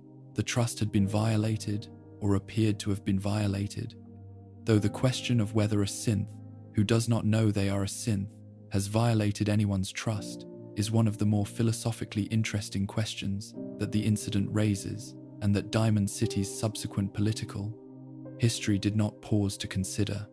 The violence that followed was the violence of a community in acute crisis, the violence of people who had discovered that their security model was inadequate, that the threat they had been defending against was already inside their walls, that the physical barriers they had built against the wasteland's dangers could not protect them against a danger that wore a human face. The community turned on itself in the specific way that communities turn on themselves when they discover that internal threat is possible, with suspicion and accusation, and the willingness to treat anyone whose behavior seemed unusual or whose history was unclear as a potential source of the danger that had just revealed itself. People who had lived in Diamond City for years found themselves suddenly suspect. People whose eccentricities had previously been accepted as personal quirks found those quirks reinterpreted as potential evidence of non-human origin. The community's social fabric, which had been built on the gradual accumulation of mutual familiarity and shared experience, was suddenly under a different kind of scrutiny. The scrutiny of people looking for evidence of inauthenticity in what had previously seemed authentic. Mayor McDonough is the product of this climate. Or more precisely, Mayor McDonough is the person who learned to harvest this climate, who understood that a community convinced it was under invisible threat from an enemy it could not identify by looking was a community prepared to accept extraordinary measures as ordinary governance. His synth paranoia, the systematic suspicion he directed at Diamond City's residents, the atmosphere of surveillance and accusation he cultivated, the specific political theater he performed around the question of synth infiltration, served his purposes, whether or not it served the communities. The game reveals, to the player who pursues the relevant quest lines, that McDonough is himself a synth. This revelation has been discussed extensively by players as irony, as twist, as the game's commentary on the self-defeating nature of paranoid politics. But it is more than any of those things individually. It is the specific form that the Institute's engagement with Diamond City took, not invasion or destruction, but infiltration of the leadership structure, replacement of a human mayor with a synth mayor who would govern in ways that served the Institute's interests, who would keep the Commonwealth's largest settlement destabilized and focused inward while the Institute pursued its work below. The specific genius of the Institute's approach to Diamond City, the approach that McDonough's presence represents, is that it weaponized the community's legitimate fear against itself. Diamond City's fear of synth infiltration was not irrational. Synths had infiltrated communities. The Institute used synths as intelligence assets in exactly the ways that Diamond City's residents feared they might be used. The fear was grounded in real threat. But the specific form the fear took, amplified and directed by a mayor who had personal reasons to keep synth paranoia at a high pitch, was a form that served the Institute more than it served Diamond City. A community, paralyzed by internal suspicion, turned inward, spending its political energy on surveillance and accusation and the management of fear, was a community that was not organizing itself to address the Institute as an external threat, not building the kind of collective capability that might have allowed it to resist or challenge or meaningfully engage with the force that was actually threatening it. The fear was real. The direction the fear was pointed was false. And the person responsible for the pointing was the person who had the most to gain from keeping the fear pointed in the wrong direction. This is not a simple story about a cynical actor manipulating a credulous public. McDonough's situation is more complicated than that framing suggests, and the game rewards the player who takes the complexity seriously rather than reducing it to the simpler story. McDonough is a synth who does not know he is a synth, or who does not know it in the way that would change his behavior, which may or may not be the same thing, a question that the game leaves appropriately unresolved. The paranoia he performs may be, at some level, genuine, the paranoia of a person who has been given, through the specific mechanism of his creation, certain dispositions and certain fears that serve his creator's interests, and that he experiences as his own. If McDonough fears synths, fears the infiltration of Diamond City by synthetic beings who appear to be what they are not, there is a specific quality of horror in that fear that the simple story of cynical manipulation does not capture. The horror of being afraid of what you are, of performing the persecution of the category you belong to, of doing the Institute's work while experiencing the Institute's work as your own political conviction. The question of whether McDonough knows what he is sits in the game unanswered, and the absence of a definitive answer is the right choice. A definitive answer would resolve a tension that the situation is designed to maintain the tension between the reading of McDonough as a knowing agent of Institute interests and the reading of McDonough as a person who has been made into an instrument of those interests without his knowledge or consent. Both readings are available. Both are supported by evidence. The game does not adjudicate between them because the moral implications of each are different and interesting in ways that adjudication would collapse. If McDonough knows what he is complicit in a specific way. If he does not know, he is a victim in a specific way, a victim whose victimization has been turned against the community he governs, a person whose suffering has been made into a weapon against other people without his knowledge. The specific form his situation takes is the form of someone who has been given a cage and told it is a home, and who has spent his political career building cages for others that look, from the inside, like homes. The oldest residents of Diamond City carry in their dialogue the accumulated history of the settlement in ways that most players never fully excavate, because the relevant conversations require patience and the willingness to return to characters across multiple in-game days and pursue conversation branches that do not offer immediate rewards. Takahashi, the Protectron vendor who speaks only in corrupted Japanese, has stood in Diamond City's market for decades and has watched everything that has happened in it.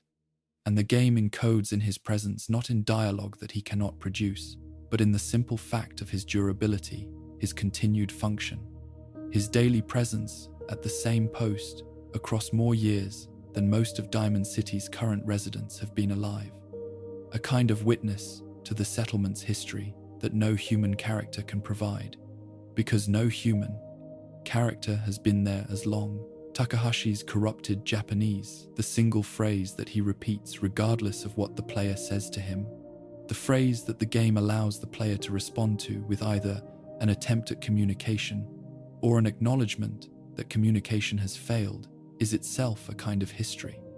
The phrase is a vendor's offer, a solicitation for business, a relic of the specific function he was designed to perform in a commercial context that required him to address customers in their language. The corruption that has reduced his vocabulary to this single repeating phrase is the corruption of 200 years of operation without maintenance, the gradual degradation of a sophisticated language processing system that was not designed for the specific conditions of post-nuclear operation, that has lost most of its capability to the entropy that eventually claims all complex systems operating without support. What remains is the commercial core, the essential commercial gesture, preserved by whatever mechanism of prioritization was built into his programming, as if, when everything else had to go, the thing that remained was the impulse to offer something to the people who passed by. Geneva, the mayor's secretary, is a character whose knowledge of Diamond City's political history far exceeds what she is willing to volunteer in ordinary conversation. She has been in the mayor's office long enough to have watched the specific process by which McDonough consolidated his political position, long enough to have developed her own assessment of what she has witnessed, an assessment that she holds with the careful discretion of someone who understands that her continued position depends on the appearance of loyalty to a mayor whose methods she has had ample time to evaluate. The player who is patient with Geneva, who returns to her across multiple visits, and who pursues conversation branches that most players abandon after the first unrevealing exchange, discovers someone who knows considerably more than she says, and who is, beneath the professional discretion, genuinely uncertain about what to do with what she knows, someone who has been close to power long enough to understand its mechanisms, and who has not yet decided whether that understanding obligates her to anything beyond continued witness. The memory of Fenway Park persists in Diamond City in ways that go deeper than the physical structure. The names of the settlement's districts and informal gathering areas contain echoes of the stadium's original organization that the current residents use, without knowing their derivation, the way that words carry their etymologies invisibly, the way that place names persist across centuries of cultural discontinuity. because place names are among the most durable artifacts that human communities produce. When Diamond City's residents say they live in the upper stands, they are using language that descends directly from the stadium's physical architecture, from the designation of seating areas that were built to give fans a view of a game that ended on October 23, 2077. Along with everything else, the language survived the game. The game did not survive the language. This persistence of linguistic fossils is one of the more quietly extraordinary aspects of the Commonwealth's relationship with its pre-war past, the way that words outlast the context that gave them meaning, that the vocabulary of a lost world continues to be used in a world that no longer knows what the words were originally for.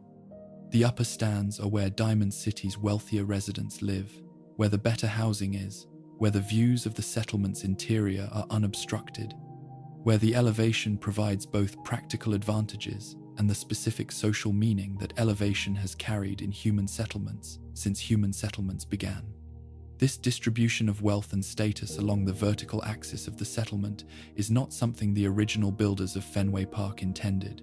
It is something that emerged from the specific process by which Diamond City's social hierarchy developed, which used the physical structure of the park as the material for its stratification without being aware that it was doing so.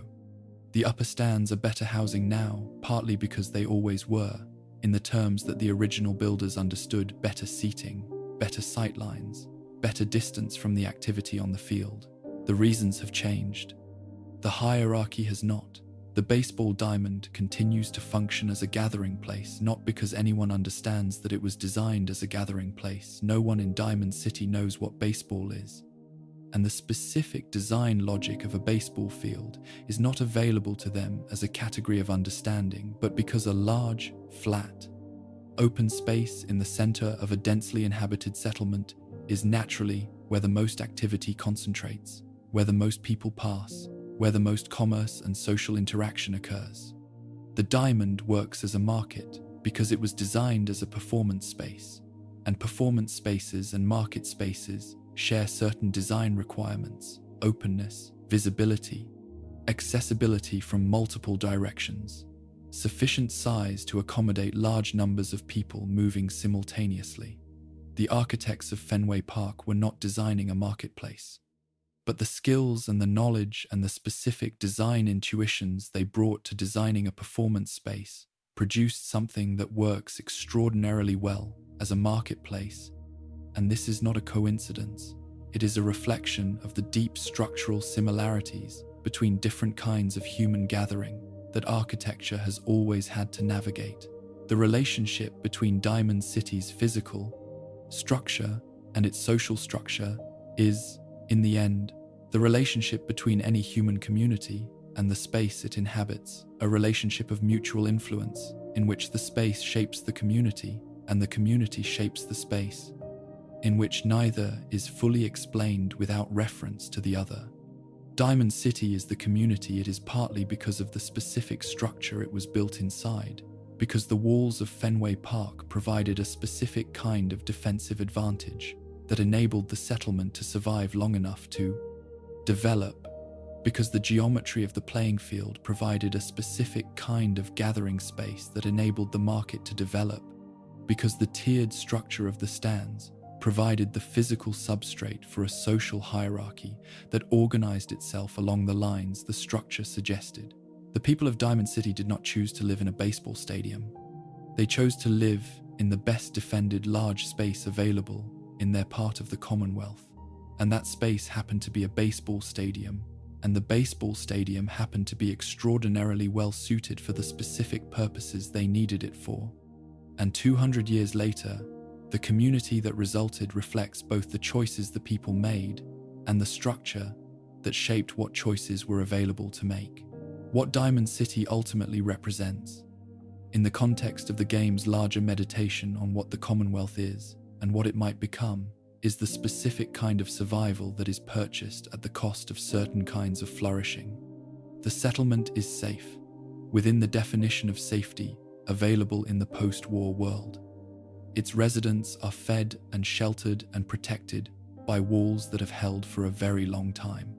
But the community inside those walls is organized around fear in ways that limit what it can become. The fear of synths, the fear of outsiders, the fear that the fragile security maintained by the Great Wall and its guards would collapse the moment the community made itself vulnerable to something it could not fully control. This fear is not irrational. The world outside the walls is genuinely dangerous. The threat that the fear is nominally directed at synth infiltration is genuinely real.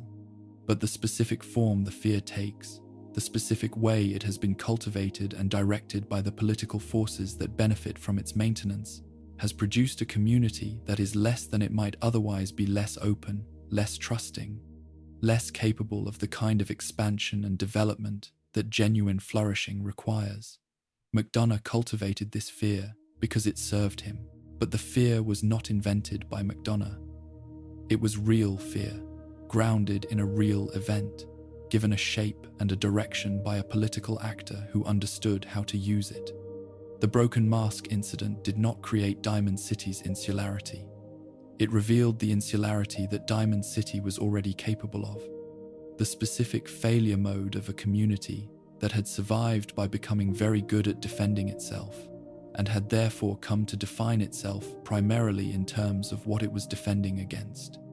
The community that is defined primarily by its walls is a community that has allowed its walls to become the most important fact about it, that has organized its identity and its politics and its social relations around the question of what is outside and how to keep it out, and that has in the process made itself smaller than the space it occupies. Smaller in imagination, smaller in ambition, smaller in its sense of what is possible and what is worth pursuing. Piper Wright is the game's most articulate voice for the alternative, for the possibility that Diamond City could be something different, that the community inside those walls has the resources and the capability to be more than a well-defended market, that the specific quality of human energy concentrated in the settlement could be directed towards something larger than its own protection.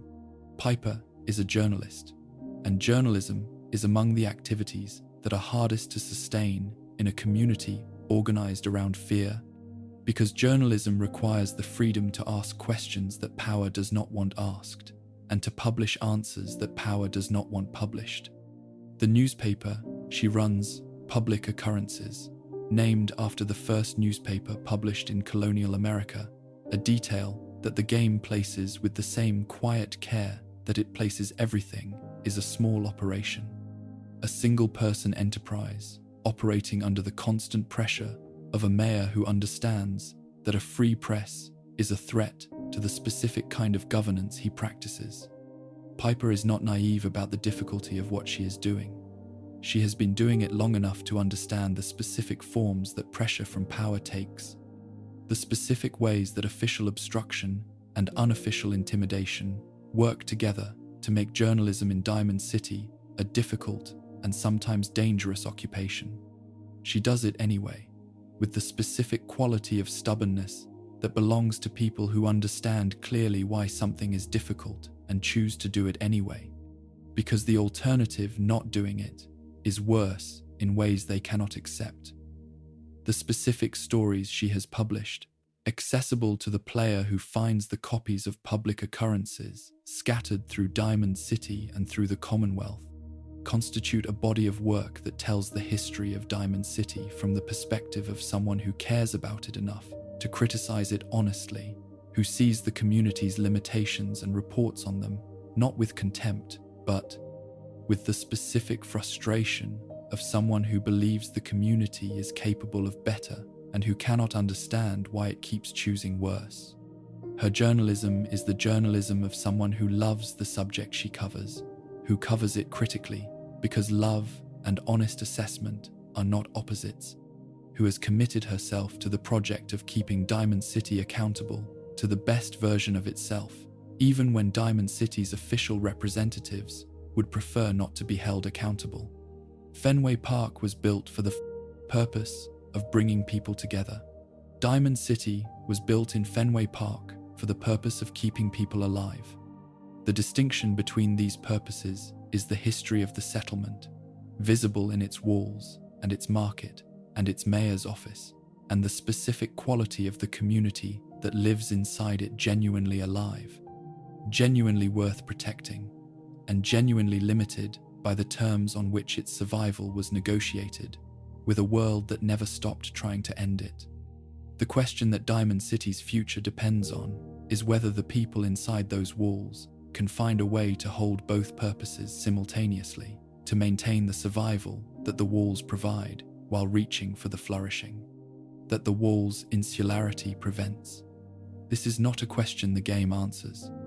It is a question the game poses through 200 years of specific history embedded in a baseball stadium for the player who is willing to sit with it long enough to feel its weight.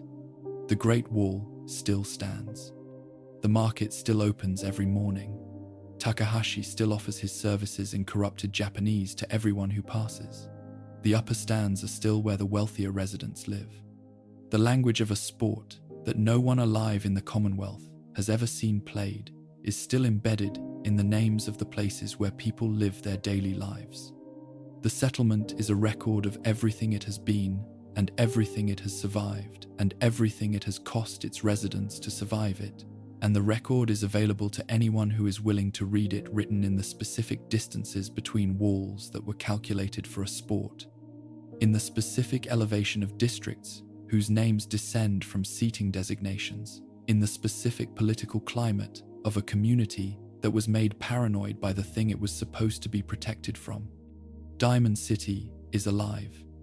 It is genuinely, stubbornly, specifically alive, in the way that communities are alive when they have been through enough to know the difference between existing and living, and have chosen, against considerable pressure, to live. The companions who walk with the sole survivor through the Commonwealth are not, in the design philosophy that produced them, accessories to the player's experience, not weapons with personalities, not convenience systems dressed in character clothing, not the kind of follower that open-world games have traditionally provided as a combination of combat support and ambient noise. They are, at their best, the game's most direct expression of its central conviction that the Commonwealth is a place full of people whose specific histories and specific damage and specific forms of resilience deserve the same quality of attention that the Commonwealth game's environmental storytelling gives to the ruins those people inhabit. The companions carry their pasts with them in the way that people carry their pasts, not as explicit backstory delivered in summary, but as the accumulated texture of how they speak and what they notice and what they cannot quite bring themselves to say, and what they say anyway, when the relationship has developed far enough that saying it becomes possible. Understanding the companions fully requires a quality of patience that the game's other systems do not cultivate and sometimes actively work against. The quest system rewards completion. The combat system rewards efficiency. The crafting system rewards optimization. The companion system rewards presence, the willingness to spend time with a person without a specific objective beyond the time itself, to have conversations that do not advance quests or unlock rewards, to pay attention to what a person does when they are not being asked to do anything in particular. This is not a natural mode of engagement for a game that provides constant alternative demands on the player's attention, and the game does not force it. The companion's deepest histories are available only to the player who chooses to pursue them, who returns to the same conversations across many in-game hours, who notices the things the companions reveal by accident in the moments between the things they say on purpose. Most players never reach this territory. The territory is there regardless, fully developed, fully populated with specific people whose specific lives reward the specific attention required to find them. Codsworth occupies a position in the game's emotional architecture that most players understand only partially, because Codsworth's most affecting content is not located in his quest or in his most obviously emotional dialogue exchanges, but in the specific quality of what he represents, in what it means that he was there, alone, for 200 years, in the house where the family he was designed to serve had lived, maintaining the routines he was given, because he had no adequate framework for what to do with the fact that the people those routines were designed to serve were gone. The 200 years Codsworth spent alone in Sanctuary Hills before the sole survivor's return is not, in the game's narrative, an event. It is a condition, a duration of unwitnessed experience that the player learns about through fragments, through the specific way Codsworth speaks about the neighborhood and the family, and the period he spent waiting. A period that most characters would not describe as waiting, because waiting implies an expectation of return, that 2 centuries of evidence might eventually have eroded. Codsworth did not stop waiting. This is the thing about him that is most worth sitting with, not the sadness of his situation, which is obvious, but the specific stubbornness of his continued expectation, the refusal to update his operational parameters in response to 200 years of evidence that the update was warranted. He maintained the house, he maintained his routines, he tended the garden that the radiation had long since killed. He performed the functions of a family's domestic servant in a house whose family was gone because those functions were what he was, and because he had no mechanism, or no willingness to use whatever mechanism he might have had for becoming something else. The question of whether this constitutes loyalty or denial, or something for which neither word is adequate, is a question the game poses through the specific details of what Codsworth has done with his 2 centuries, and that the game does not resolve on the player's behalf. The specific conversations that Codsworth has with the sole survivor about the time he spent alone are distributed across many in-game hours and require the player to speak with him repeatedly and to pursue conversation branches that do not appear to lead anywhere, obviously significant. In these conversations, assembled across many hours of play, a picture develops of a consciousness that was not designed for the specific circumstances in which it found itself, and that has developed across 2 centuries of those circumstances, something that was not designed at all, something that functions like grief, that functions like hope, that functions like the specific combination of the 2 that characterizes a person who has been waiting for something for a very long time, and who cannot be entirely certain that the waiting has been reasonable, but who cannot stop waiting either. The detail that Codsworth knows the names of every resident of Sanctuary Hills, that he can address the sole survivor's character by whatever name the player has given them, a technical achievement that required recording an enormous number of name variations, is understood by most players as a charming demonstration of attention to detail. It is that. It is also something more than that. It is evidence of the specific quality of Codsworth's relationship with his family's neighborhood, the specific depth of his engagement with the community he was embedded in, the specific care he brought to knowing the people among whom he served, because knowing them was part of serving them well. He remembers the neighbors. He remembers their names and their habits and their specific relationships with the family he served. He has been alone with those memories for 200 years. The memories are not diminished by the time. They are, if anything, more detailed than they were when the people they concern were alive, burnished by 2 centuries of the kind of attention that loneliness gives to the things it has to work with. The game never makes this explicit. It allows the player who has spent enough time with Codsworth to assemble it from the specific texture of how he speaks about the past, from the specific weight he gives to certain names and certain details, from the specific way certain memories seem to cost him something in the recounting even 200 years after the events they concern. This is good writing, writing that trusts the reader to do the work of understanding rather than performing the understanding for them. Writing that places evidence in the path of attention and waits for attention to arrive. Hancock is a character that most players understand as the game's most straightforwardly anarchic companion, the ghoul mayor of Goodneighbor, the self-styled protector of the Commonwealth's outcasts and misfits, the character who approves of violent solutions to problems and of pharmaceutical approaches to consciousness, and who wears his contrarianism with the specific flamboyance of someone who has decided that if the mainstream is going to reject him, he is going to make being rejected by it as theatrical as possible. This understanding is not wrong, but it is a surface understanding, and the surface of Hancock is carefully constructed to be engaging enough that many players never feel the need to look beneath it. Beneath the flamboyance is a history that explains it, a history that Hancock shares with the player who is patient enough to find it, across conversations that require the investment of time and trust that his approval system rewards. John McDonough, his name before he became Hancock, before he chose the name of a different revolutionary, for reasons that become clear when the history is known, was a human resident of Diamond City who watched his brother become the mayor whose paranoid governance the Diamond City section of this script has examined. He watched his brother cultivate synth paranoia and use it to consolidate power. He watched the community he had grown up in turn itself inward and small under the pressure of fear that his brother was deliberately amplifying for political purposes. He left.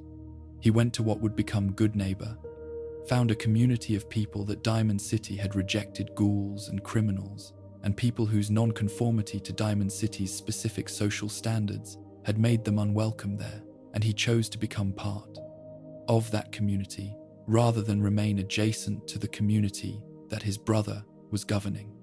The specific moment of his transformation into a ghoul, the moment when he took the experimental ghoulification drug that changed his body permanently and irrevocably, is not presented in the game as a moment of despair or defeat, though it could be understood that way. It is presented in the specific way that Hancock presents his own history, as a choice, a deliberate decision to become the kind of person that his brother's community had no room for, to make his outsider status literal and permanent and visible, to embody the rejection of Diamond City's norms so thoroughly that there could be no question of his going back. The transformation was irreversible. He knew it was irreversible. He chose it anyway, with the specific quality of decision that belongs to people who have decided that authenticity is worth more than the social acceptability that requires inauthenticity to maintain.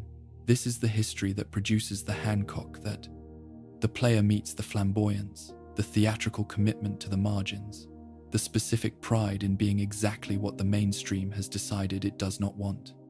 The anarchism is not a philosophy adopted in the abstract.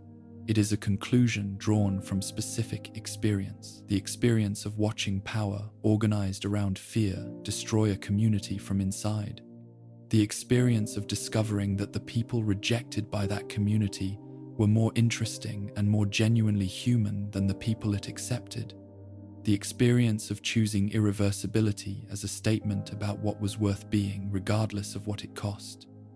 His relationship with Good Neighbor is the relationship of someone who chose something rather than someone who was assigned to it. And this distinction matters in the specific quality of his governance, if governance is even the right word for what Hancock does, which is less the administration of a community than the maintenance of a space where certain kinds of people can exist without being made to feel that their existence is a problem. He does not run Good Neighbor the way that mayors run things.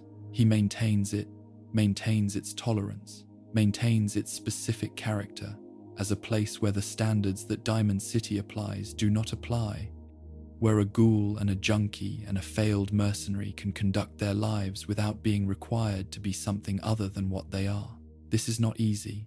It requires the specific kind of vigilance that maintaining a space for non-conformity always requires, the vigilance against the forces, internal and external, that tend to push spaces toward the norms that larger society imposes.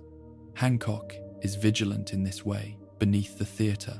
The theatre is part of the vigilance, a performance of the values that he is maintaining, a continuous demonstration that being what Good Neighbor accepts is something worth being proud of.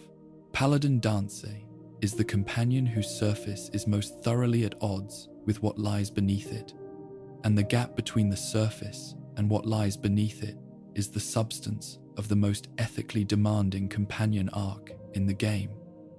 On the surface, Danse is the Brotherhood of Steel at its most idealized, the warrior monk who has fully embraced the Brotherhood's hierarchy and its values and its specific definition of what humanity is and what it is worth protecting. He is physically impressive, militarily capable, and philosophically certain in the way that people who have organized their entire identity around an institution's values become certain, not arrogant exactly, but without the specific uncertainty that comes from having genuinely open questions about the framework that organizes your life. He knows what he believes. He knows why he believes it. He has acted on those beliefs consistently enough that his actions have become the most convincing evidence he has for the belief's correctness. The revelation that Danse is a synth, that the man who has built his entire identity around the Brotherhood of Steel's conviction that synths are an existential threat to humanity, is himself. The thing he has devoted his life to fighting is the kind of narrative event that lesser games would use as a twist and move past. Fallout 4 uses it as the beginning of the most interesting part of Danse's story, as the moment when the surface of the character cracks open far enough to reveal the person who was under it all along. The player's response to the revelation determines what the rest of the arc looks like, whether Danse lives or dies, whether the Brotherhood's judgment is executed or defied, whether the story ends in the specific tragedy of a man destroyed by the institution that defined him, or in something more ambiguous and more hopeful. What the arc is actually about, what it has been about all along. Visible in retrospect, in the specific details that the game planted before the revelation arrived, is the question of what an identity built entirely on institutional affiliation can survive. Danse became Danse through the Brotherhood. His history before the Brotherhood is not nothing, but it is less than the Brotherhood, less formative, less defining, less the source of the values and the capabilities and the specific quality of person he became. The Brotherhood gave him everything. The Brotherhood's judgment, rendered through the specific logic of its ideology applied to the specific fact of what he is, takes everything away, not through any personal animosity, but through the cold application of principles he himself has espoused, through the execution of an institutional logic that he helped to maintain, against a target that happens to be him. The horror of this is not the horror of betrayal. It is the horror of consistency, the horror of an institution following its own principles exactly as advertised, in circumstances that reveal what those principles actually mean when applied without exception. The player who defies the Brotherhood's judgment and preserves Danse's life does not resolve this horror. They interrupt it, give Danse the time and the distance from the institution that defined him to begin the process of figuring out what he is without it. A process that the game does not complete because it cannot be completed in the time the game provides. What it can do, and what it does in the specific quality of Danse's late companion dialogue, is show a person in the early stages of a very long project, the project of discovering whether there is a self that exists independently of the institution that shaped it, whether the person who was made by the Brotherhood can continue to exist when the Brotherhood has decided he should not. This is not a question with a fast answer. It is the kind of question that takes years to approach and that may never be fully resolved. The game gives Danse the question and the survival to work on it. The work is his. Nick Valentine's history has been examined in the section on the Institute, but his role as a companion deserves separate examination because the experience of traveling with him through the Commonwealth is different from the experience of understanding him as a narrative artifact. Nick, as a companion, is the experience of spending time with someone who has made something of 200 years of impossible circumstances, who has taken the specific combination of what he was given and what he had to figure out for himself, and who has produced, from those materials, a person worth knowing. He is funny, in the specific way that people who have seen too much are sometimes funny with the dark edge that comes from having processed enough horror. That humor is one of the few remaining tools for maintaining perspective on it. He is compassionate in the specific way that people who understand suffering from the inside are sometimes compassionate, without the condescension that outside compassion sometimes carries, with the specific quality of recognition that belongs to someone who knows what it is to be in a situation that should not be survivable and to have survived it anyway. His detective work is not incidental to his character. It is the expression of his character, the specific form that his commitment to the Commonwealth's people takes. The work he chose because it was work that mattered and that he was good at, and that did not require him to be anything other than what he was. Nick Valentine, private detective, is not a role he was programmed for. It is a role he invented for himself out of the materials available to him in the specific circumstances of his post-war existence, the memories of a pre-war detective, the 2-century education in how people treat each other when civilization's constraints are removed, and the specific decision that whatever else he was going to be useful to the people around him in ways that were concrete and real, and that made their specific situations better. The office in Diamond City is his in the most complete sense of the word, not assigned or designated, but built, over time, from nothing, through the accumulation of cases solved and people helped, and a reputation established that belongs entirely to him. His companion quests the resolution of the Eddie Winter case that his pre-war memories had left. Unfinished is the game's most emotionally complete companion narrative, precisely because it is the narrative of a person finishing something that a different version of themselves started, of carrying forward a commitment that predates the self that is honoring it. The pre-war Nick Valentine, the human detective whose memories Nick carries, was working the Eddie Winter case when the bombs fell. The case was never closed. Eddie Winter never faced justice. 200 years later, the synth who carries that detective's memories closes the case, not because he owes the pre-war detective anything, not because the pre-war detective's unfinished business is technically his unfinished business, but because he has chosen to honor the commitment because it was worth honoring, because the kind of person the pre-war detective was trying to be is the kind of person the present-day Nick is also trying to be. And honoring that commitment is one of the ways he honors the continuity between them. Piper Wright is a character that the game presents with considerable confidence in the player's ability to understand her without being told what to think about her. A journalist in a world that has no functioning fourth estate, practicing a profession whose entire infrastructure has been destroyed, producing a newspaper that has no distribution network and no legal protection and no institutional support beyond her own determination and her printer and her sister's willingness to help distribute the result. The game does not explain why this is extraordinary. It simply shows Piper doing it in the specific way that extraordinary things are done by people who do not think of them as extraordinary as the obvious response to a situation that obviously requires it, as the natural expression of a personality that cannot observe injustice and corruption without feeling compelled to document them.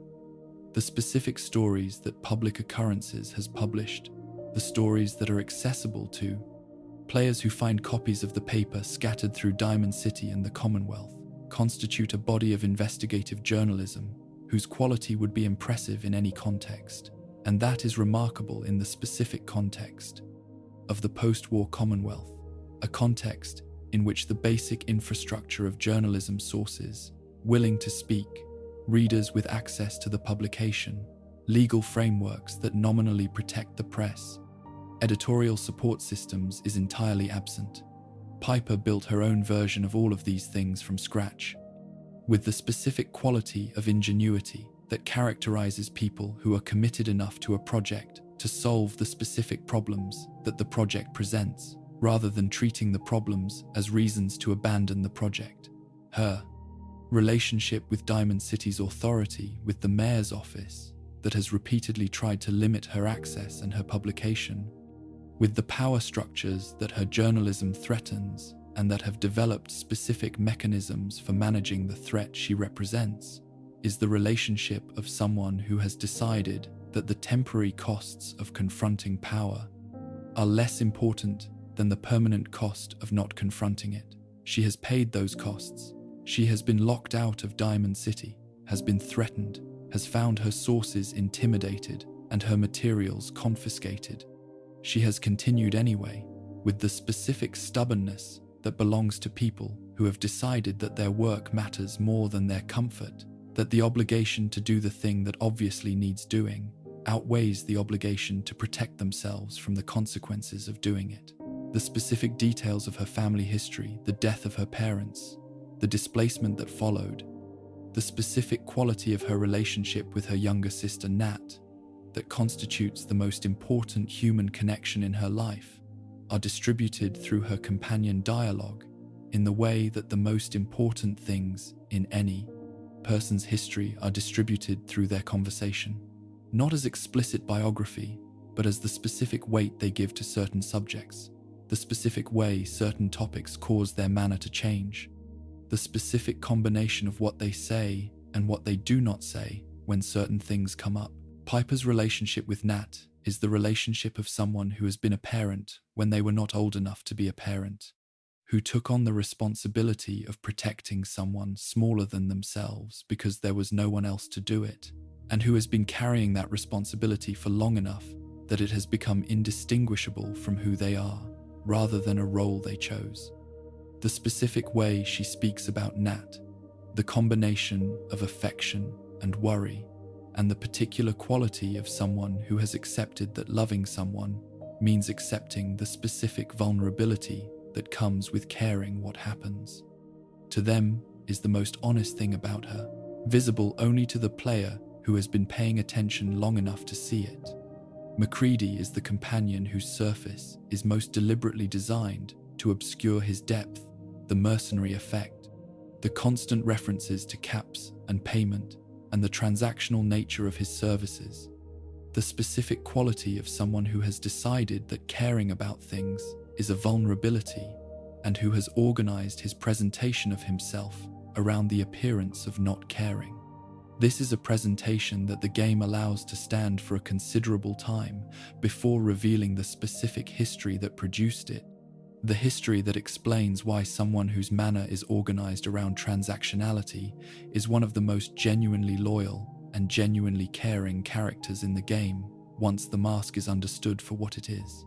McCready's history with the Gunners, the mercenary organization that operates throughout the Commonwealth, with the specific, cold professionalism of people who have decided that capability without conscience is a more viable survival strategy than capability with it is not a history of ideological commitment.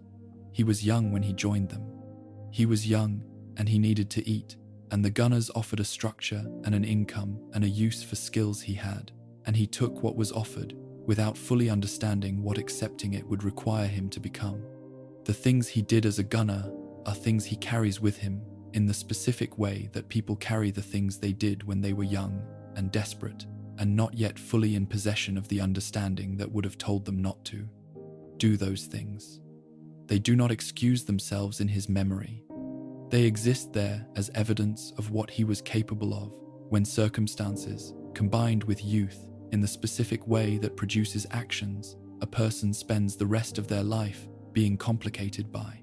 His son, the existence of his son, the specific vulnerability that his son's existence creates in someone who has organized his entire presentation around the appearance of invulnerability is the piece of McCready's history that the game withholds until the companion relationship has developed far enough that the withholding stops being protective and starts being more costly than the disclosure. When he reveals his son's existence and his son's illness, and the specific quality of desperation that his son's situation has produced the willingness to take any job from anyone at any price, because the caps that the job produces are the means by which his son might survive the transactional surface of his character becomes legible in a different way. The caps are not for him. They were never for him. The mercenary affect was always beneath the affect. The specific desperation of a parent who would do anything to keep their child alive and who had access only to the skills and the opportunities that his specific history had provided. The resolution of his companion quest, the possibility of obtaining the cure for his son's illness, of directing the resources of the sole survivor's situation toward the specific problem that McCready has been trying to solve alone for too long, is one of the game's most straightforwardly moving narrative moments. And it is moving in direct proportion to the amount of time the player has spent with McCready before it arrives. The player who has rushed through his companion quest will find the resolution affecting in the way that all well-executed emotional payoffs are affecting. The player who has spent hours with him, who has watched the transactional surface maintain itself across many conversations and many situations, who has understood the specific cost of what he has been doing to himself to protect the fact of his son from the vulnerability that fact represents, that player will find it affecting in the way that things are affecting when they have been earned through the specific investment of sustained attention. Kate is a companion whose history of abuse and addiction is presented with a directness and a specificity that is unusual in games of Fallout 4's scope, presented not as background trauma that explains a character's personality, but as an ongoing condition whose specific nature the game takes seriously, whose specific quality the game renders honestly, whose resolution through the companion quest is handled with enough care that the resolution does not feel like a simplification of what the condition actually is. She was sold by her parents. This is the fact at the center of her history, the fact that the game states directly in the conversations that her companion quest opens, the fact whose specific nature, not abandonment, not neglect, not the passive failure to protect, but the active transaction. The decision to sell her has shaped everything about how she relates to other people and to herself, and to the question of whether the things that happened to her are things she deserved, the addiction that characterizes her in. The early stages of her companion relationship is not presented as a personal failing or as a character flaw in the sense of a moral failing. It is presented as the specific form that a person's relationship with pain takes when the person has been given no adequate tools for managing pain, other than the tools that are immediately available, the chemical tools, the tools that work in the short term and that extract a price in the long term that the short-term desperation cannot account for. Kate uses chems because chems work in the specific and limited sense that they make the immediate experience of being Kate more bearable than it would otherwise be. This is not a sustainable solution. She knows it is not a sustainable solution. The knowledge does not make the chems less necessary, because the necessity is not produced by ignorance. It is produced by the specific quality of what she is managing with them, which is a pain that she has never been given any other tool to manage. Her companion quest, the hypnosis therapy at Vault 81, that offers the possibility of addressing the addiction at a neurological rather than a behavioral level, is presented honestly in terms of what it can and cannot do. It can address the physical dependence. It cannot address the history that produced the dependence. The history will still be there after the treatment. The specific weight of being someone whose parents sold her, of having built every subsequent relationship on the foundation of that original transaction, will still require work that no single treatment can accomplish. The game knows this. Kate's post-quest dialogue reflects this, reflects the specific quality of someone who has completed a difficult thing, and who understands that completing it was necessary, and that completing it was not sufficient, who is at the beginning of a different relationship with her own history, rather than at the end of the history itself.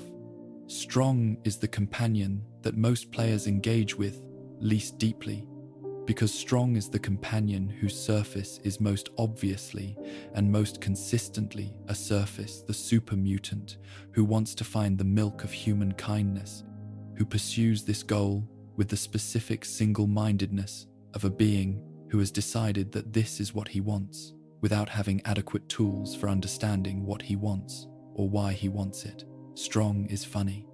He is consistently, reliably funny, in the specific way that sincerity deployed in inappropriate contexts is funny in the way that a super mutant reciting Shakespeare is funny, which is to say, in the way that the combination of the physical reality of the speaker and the specific requirements of the text creates a gap that cannot be bridged without comedy. But Strong is not only funny. Beneath the comedy, which is genuine and which the game sustains with impressive consistency, is a character whose situation is one of the game's most quietly philosophical.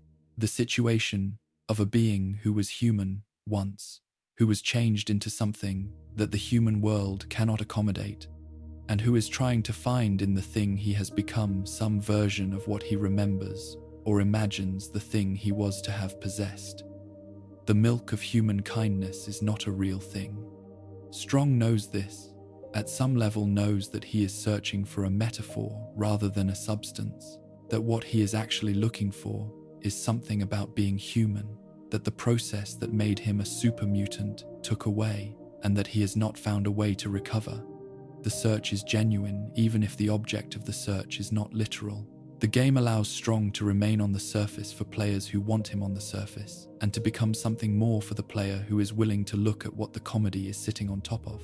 Deacon is the companion who is most explicitly a performance whose entire personality, as he presents it, is a constructed surface, whose relationship to anything underneath it he both acknowledges and refuses to clarify. He is a railroad agent who has spent his career operating under assumed identities, changing his appearance and his history and his manner with the specific fluency of someone who has done it so many times and for so long that the question of what is underneath all the performance has become genuinely difficult to answer, possibly for him as well as for everyone around him. The specific quality of his humor, the deadpan, the jokes that acknowledge their own status as deflection, the humor that is aware of itself as humor in a way that makes it simultaneously more funny and more revealing than humor that is not self-aware, is the humor of someone who has decided that being seen clearly is a danger he cannot afford, and who has developed sophistication about the performance of unseeability that approaches artistry, his actual history, the fragments of it that the player can assemble through his companion quest and through careful attention to his dialogue across many hours of companionship, is a history of loss and guilt and the specific quality of commitment to a cause that comes from having something so significant to repent for, that devoting oneself to the cause feels like the minimum required response. The railroad is not incidental to Deacon. It is the structure that allows him to continue existing with himself, the framework within which the specific thing he did, that he cannot be forgiven for the thing his companion quest approaches, without ever fully delivering, can be addressed through action rather than simply carried as weight. He performs levity because the alternative is the gravity that his actual history would impose, and the gravity is not something he can allow himself to feel all the time and still function. The performance is not dishonesty. It is the specific form that survival takes for someone whose true face is something they cannot always afford to show. What the companions share, across all their differences of personality and history, and the specific quality of damage they carry, is the specific quality of the Commonwealth's survival. The quality of people who have been through things that should not have been survived, and who have survived them through whatever combination of stubbornness and adaptation. And the specific human capacity for finding reasons to continue that their particular circumstances allowed. They are not heroes in the sense of people who have risen above their circumstances. They are people who have been shaped by their circumstances into the specific forms that their circumstances required, who have made what they could of what they were given, who have built identities and commitments and relationships out of the materials that their specific histories provided. The Commonwealth made them in the way that the Commonwealth makes everyone who lives in it through the specific combination of deprivation and danger and occasional unexpected grace that constitutes life in the wasteland, through the specific quality of pressure that 200 years of post-nuclear existence applies to the people who have to live through it, the player who takes the time to know them, who returns to their conversations, across many hours of play, who pursues the branches that do not lead immediately to quests or rewards, who pays attention to what they reveal by accident, alongside what they reveal on purpose, discovers that the Commonwealth is not primarily a wasteland. It is primarily a place where people are, people with specific histories and specific forms of resilience and specific things they are still working on and specific things they have already, against considerable odds, managed to become. The companions are the most direct expression of this, the people the player knows best in the world the game provides, the people whose specific lives the game has developed with the most care and the most confidence in the player's willingness to do the work of finding what the care has placed there. They deserve that work. The work is worth doing.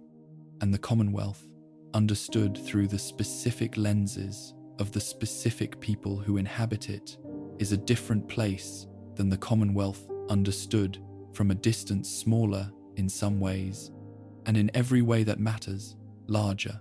And so the Commonwealth settles into its quiet dark, and the 26 lights we found within it settle with it not extinguished but present. The way that understanding persists after the moment of discovery, the way that a place known is different from a place merely visited, different in ways that do not diminish with distance or time. The ruins are still the ruins they were when we began. The radiation is still the radiation.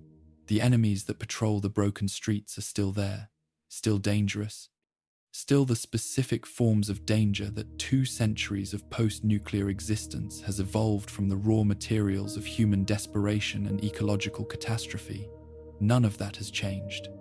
What has changed is the quality of attention we bring to it, the specific weight that familiarity with a place's history gives to every corner of it, the way that knowing what something was makes the knowledge of what it has become into something richer and more complicated and more worth carrying than the simple observation of ruin. This is what the Commonwealth offers to the player who is willing to receive it, not escape from complexity, but immersion in a complexity that has been constructed with enough care and enough love and enough genuine intellectual engagement with the questions it raises that, spending time inside it, produces the specific kind of enrichment that spending time inside any sufficiently realized world produces. The questions the Commonwealth asks are not small questions. They are questions about consciousness and moral consideration, about the relationship between institutions and the people they shape, about what communities owe their most vulnerable members, and what individuals owe the communities that sustain them, about the specific forms that hope takes when hope has very little available evidence to work with. These are questions that the post-nuclear setting makes vivid, rather than questions that the setting invented, questions that have always been present in the human situation, and that the specific conditions of the wasteland illuminate by stripping away the comfortable assumption that they have already been answered. The Institute asked what deserved moral consideration and answered in the direction of convenience. Diamond City asked what the community owed to safety and answered in the direction of fear. The railroad asked what freedom required and answered with the specific compromise that its circumstances imposed. The Brotherhood of Steel asked what humanity was worth protecting and answered with a definition of humanity that excluded too much. None of these answers is entirely wrong. None of them is entirely right. The Commonwealth is a place where large questions have been answered by people under pressure with inadequate tools, and the answers those people reached are visible in the specific conditions of the world that resulted from them, visible in the specific way that the consequences of choices are always visible, to the observer patient enough to trace the connection between what was decided and what that decision produced. The 26 things we have examined tonight are not, in the end, trivia. They are not secrets in the sense of information that was hidden to be found. that becomes less interesting once it has been found. They are more like the specific details that make a painting a different thing for the viewer who knows something about its history and context, and the specific choices its creator made, than for the viewer who simply encounters it as a visual surface. The knowledge does not diminish the experience of the surface. It deepens it, adds to it, makes available layers of meaning and resonance that the surface alone does not provide. The swan boats in the public garden are still beached and rusted and overgrown with 2 centuries of untended vegetation, whether or not the viewer knows what they are. But they are a different object. They carry a different weight. They mean a different thing. They open onto a different kind of reflection for the viewer who knows what swan boats in the public garden meant in the world before the bombs fell, and what their specific condition in the world after the bombs tells about the specific nature of what was lost. There is a particular kind of sadness that is not grief, that is not the acute suffering of immediate loss, but the slower, deeper, more meditative response to the contemplation of what was and what is no longer, of the specific distance between what was possible and what actually occurred, of all the specific things that ended on a morning in October when the world made a decision that no individual had chosen.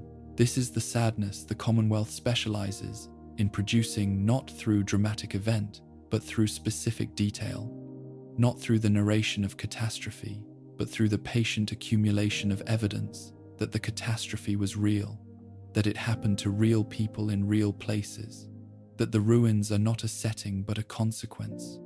The swan boats and the duck statues and the Freedom Trail's red line still visible on the old street surfaces, and the baseball diamond that became a market, and the synth who spent 200 years waiting in a house where no one came back. These are the specific forms that the sadness takes when it is given.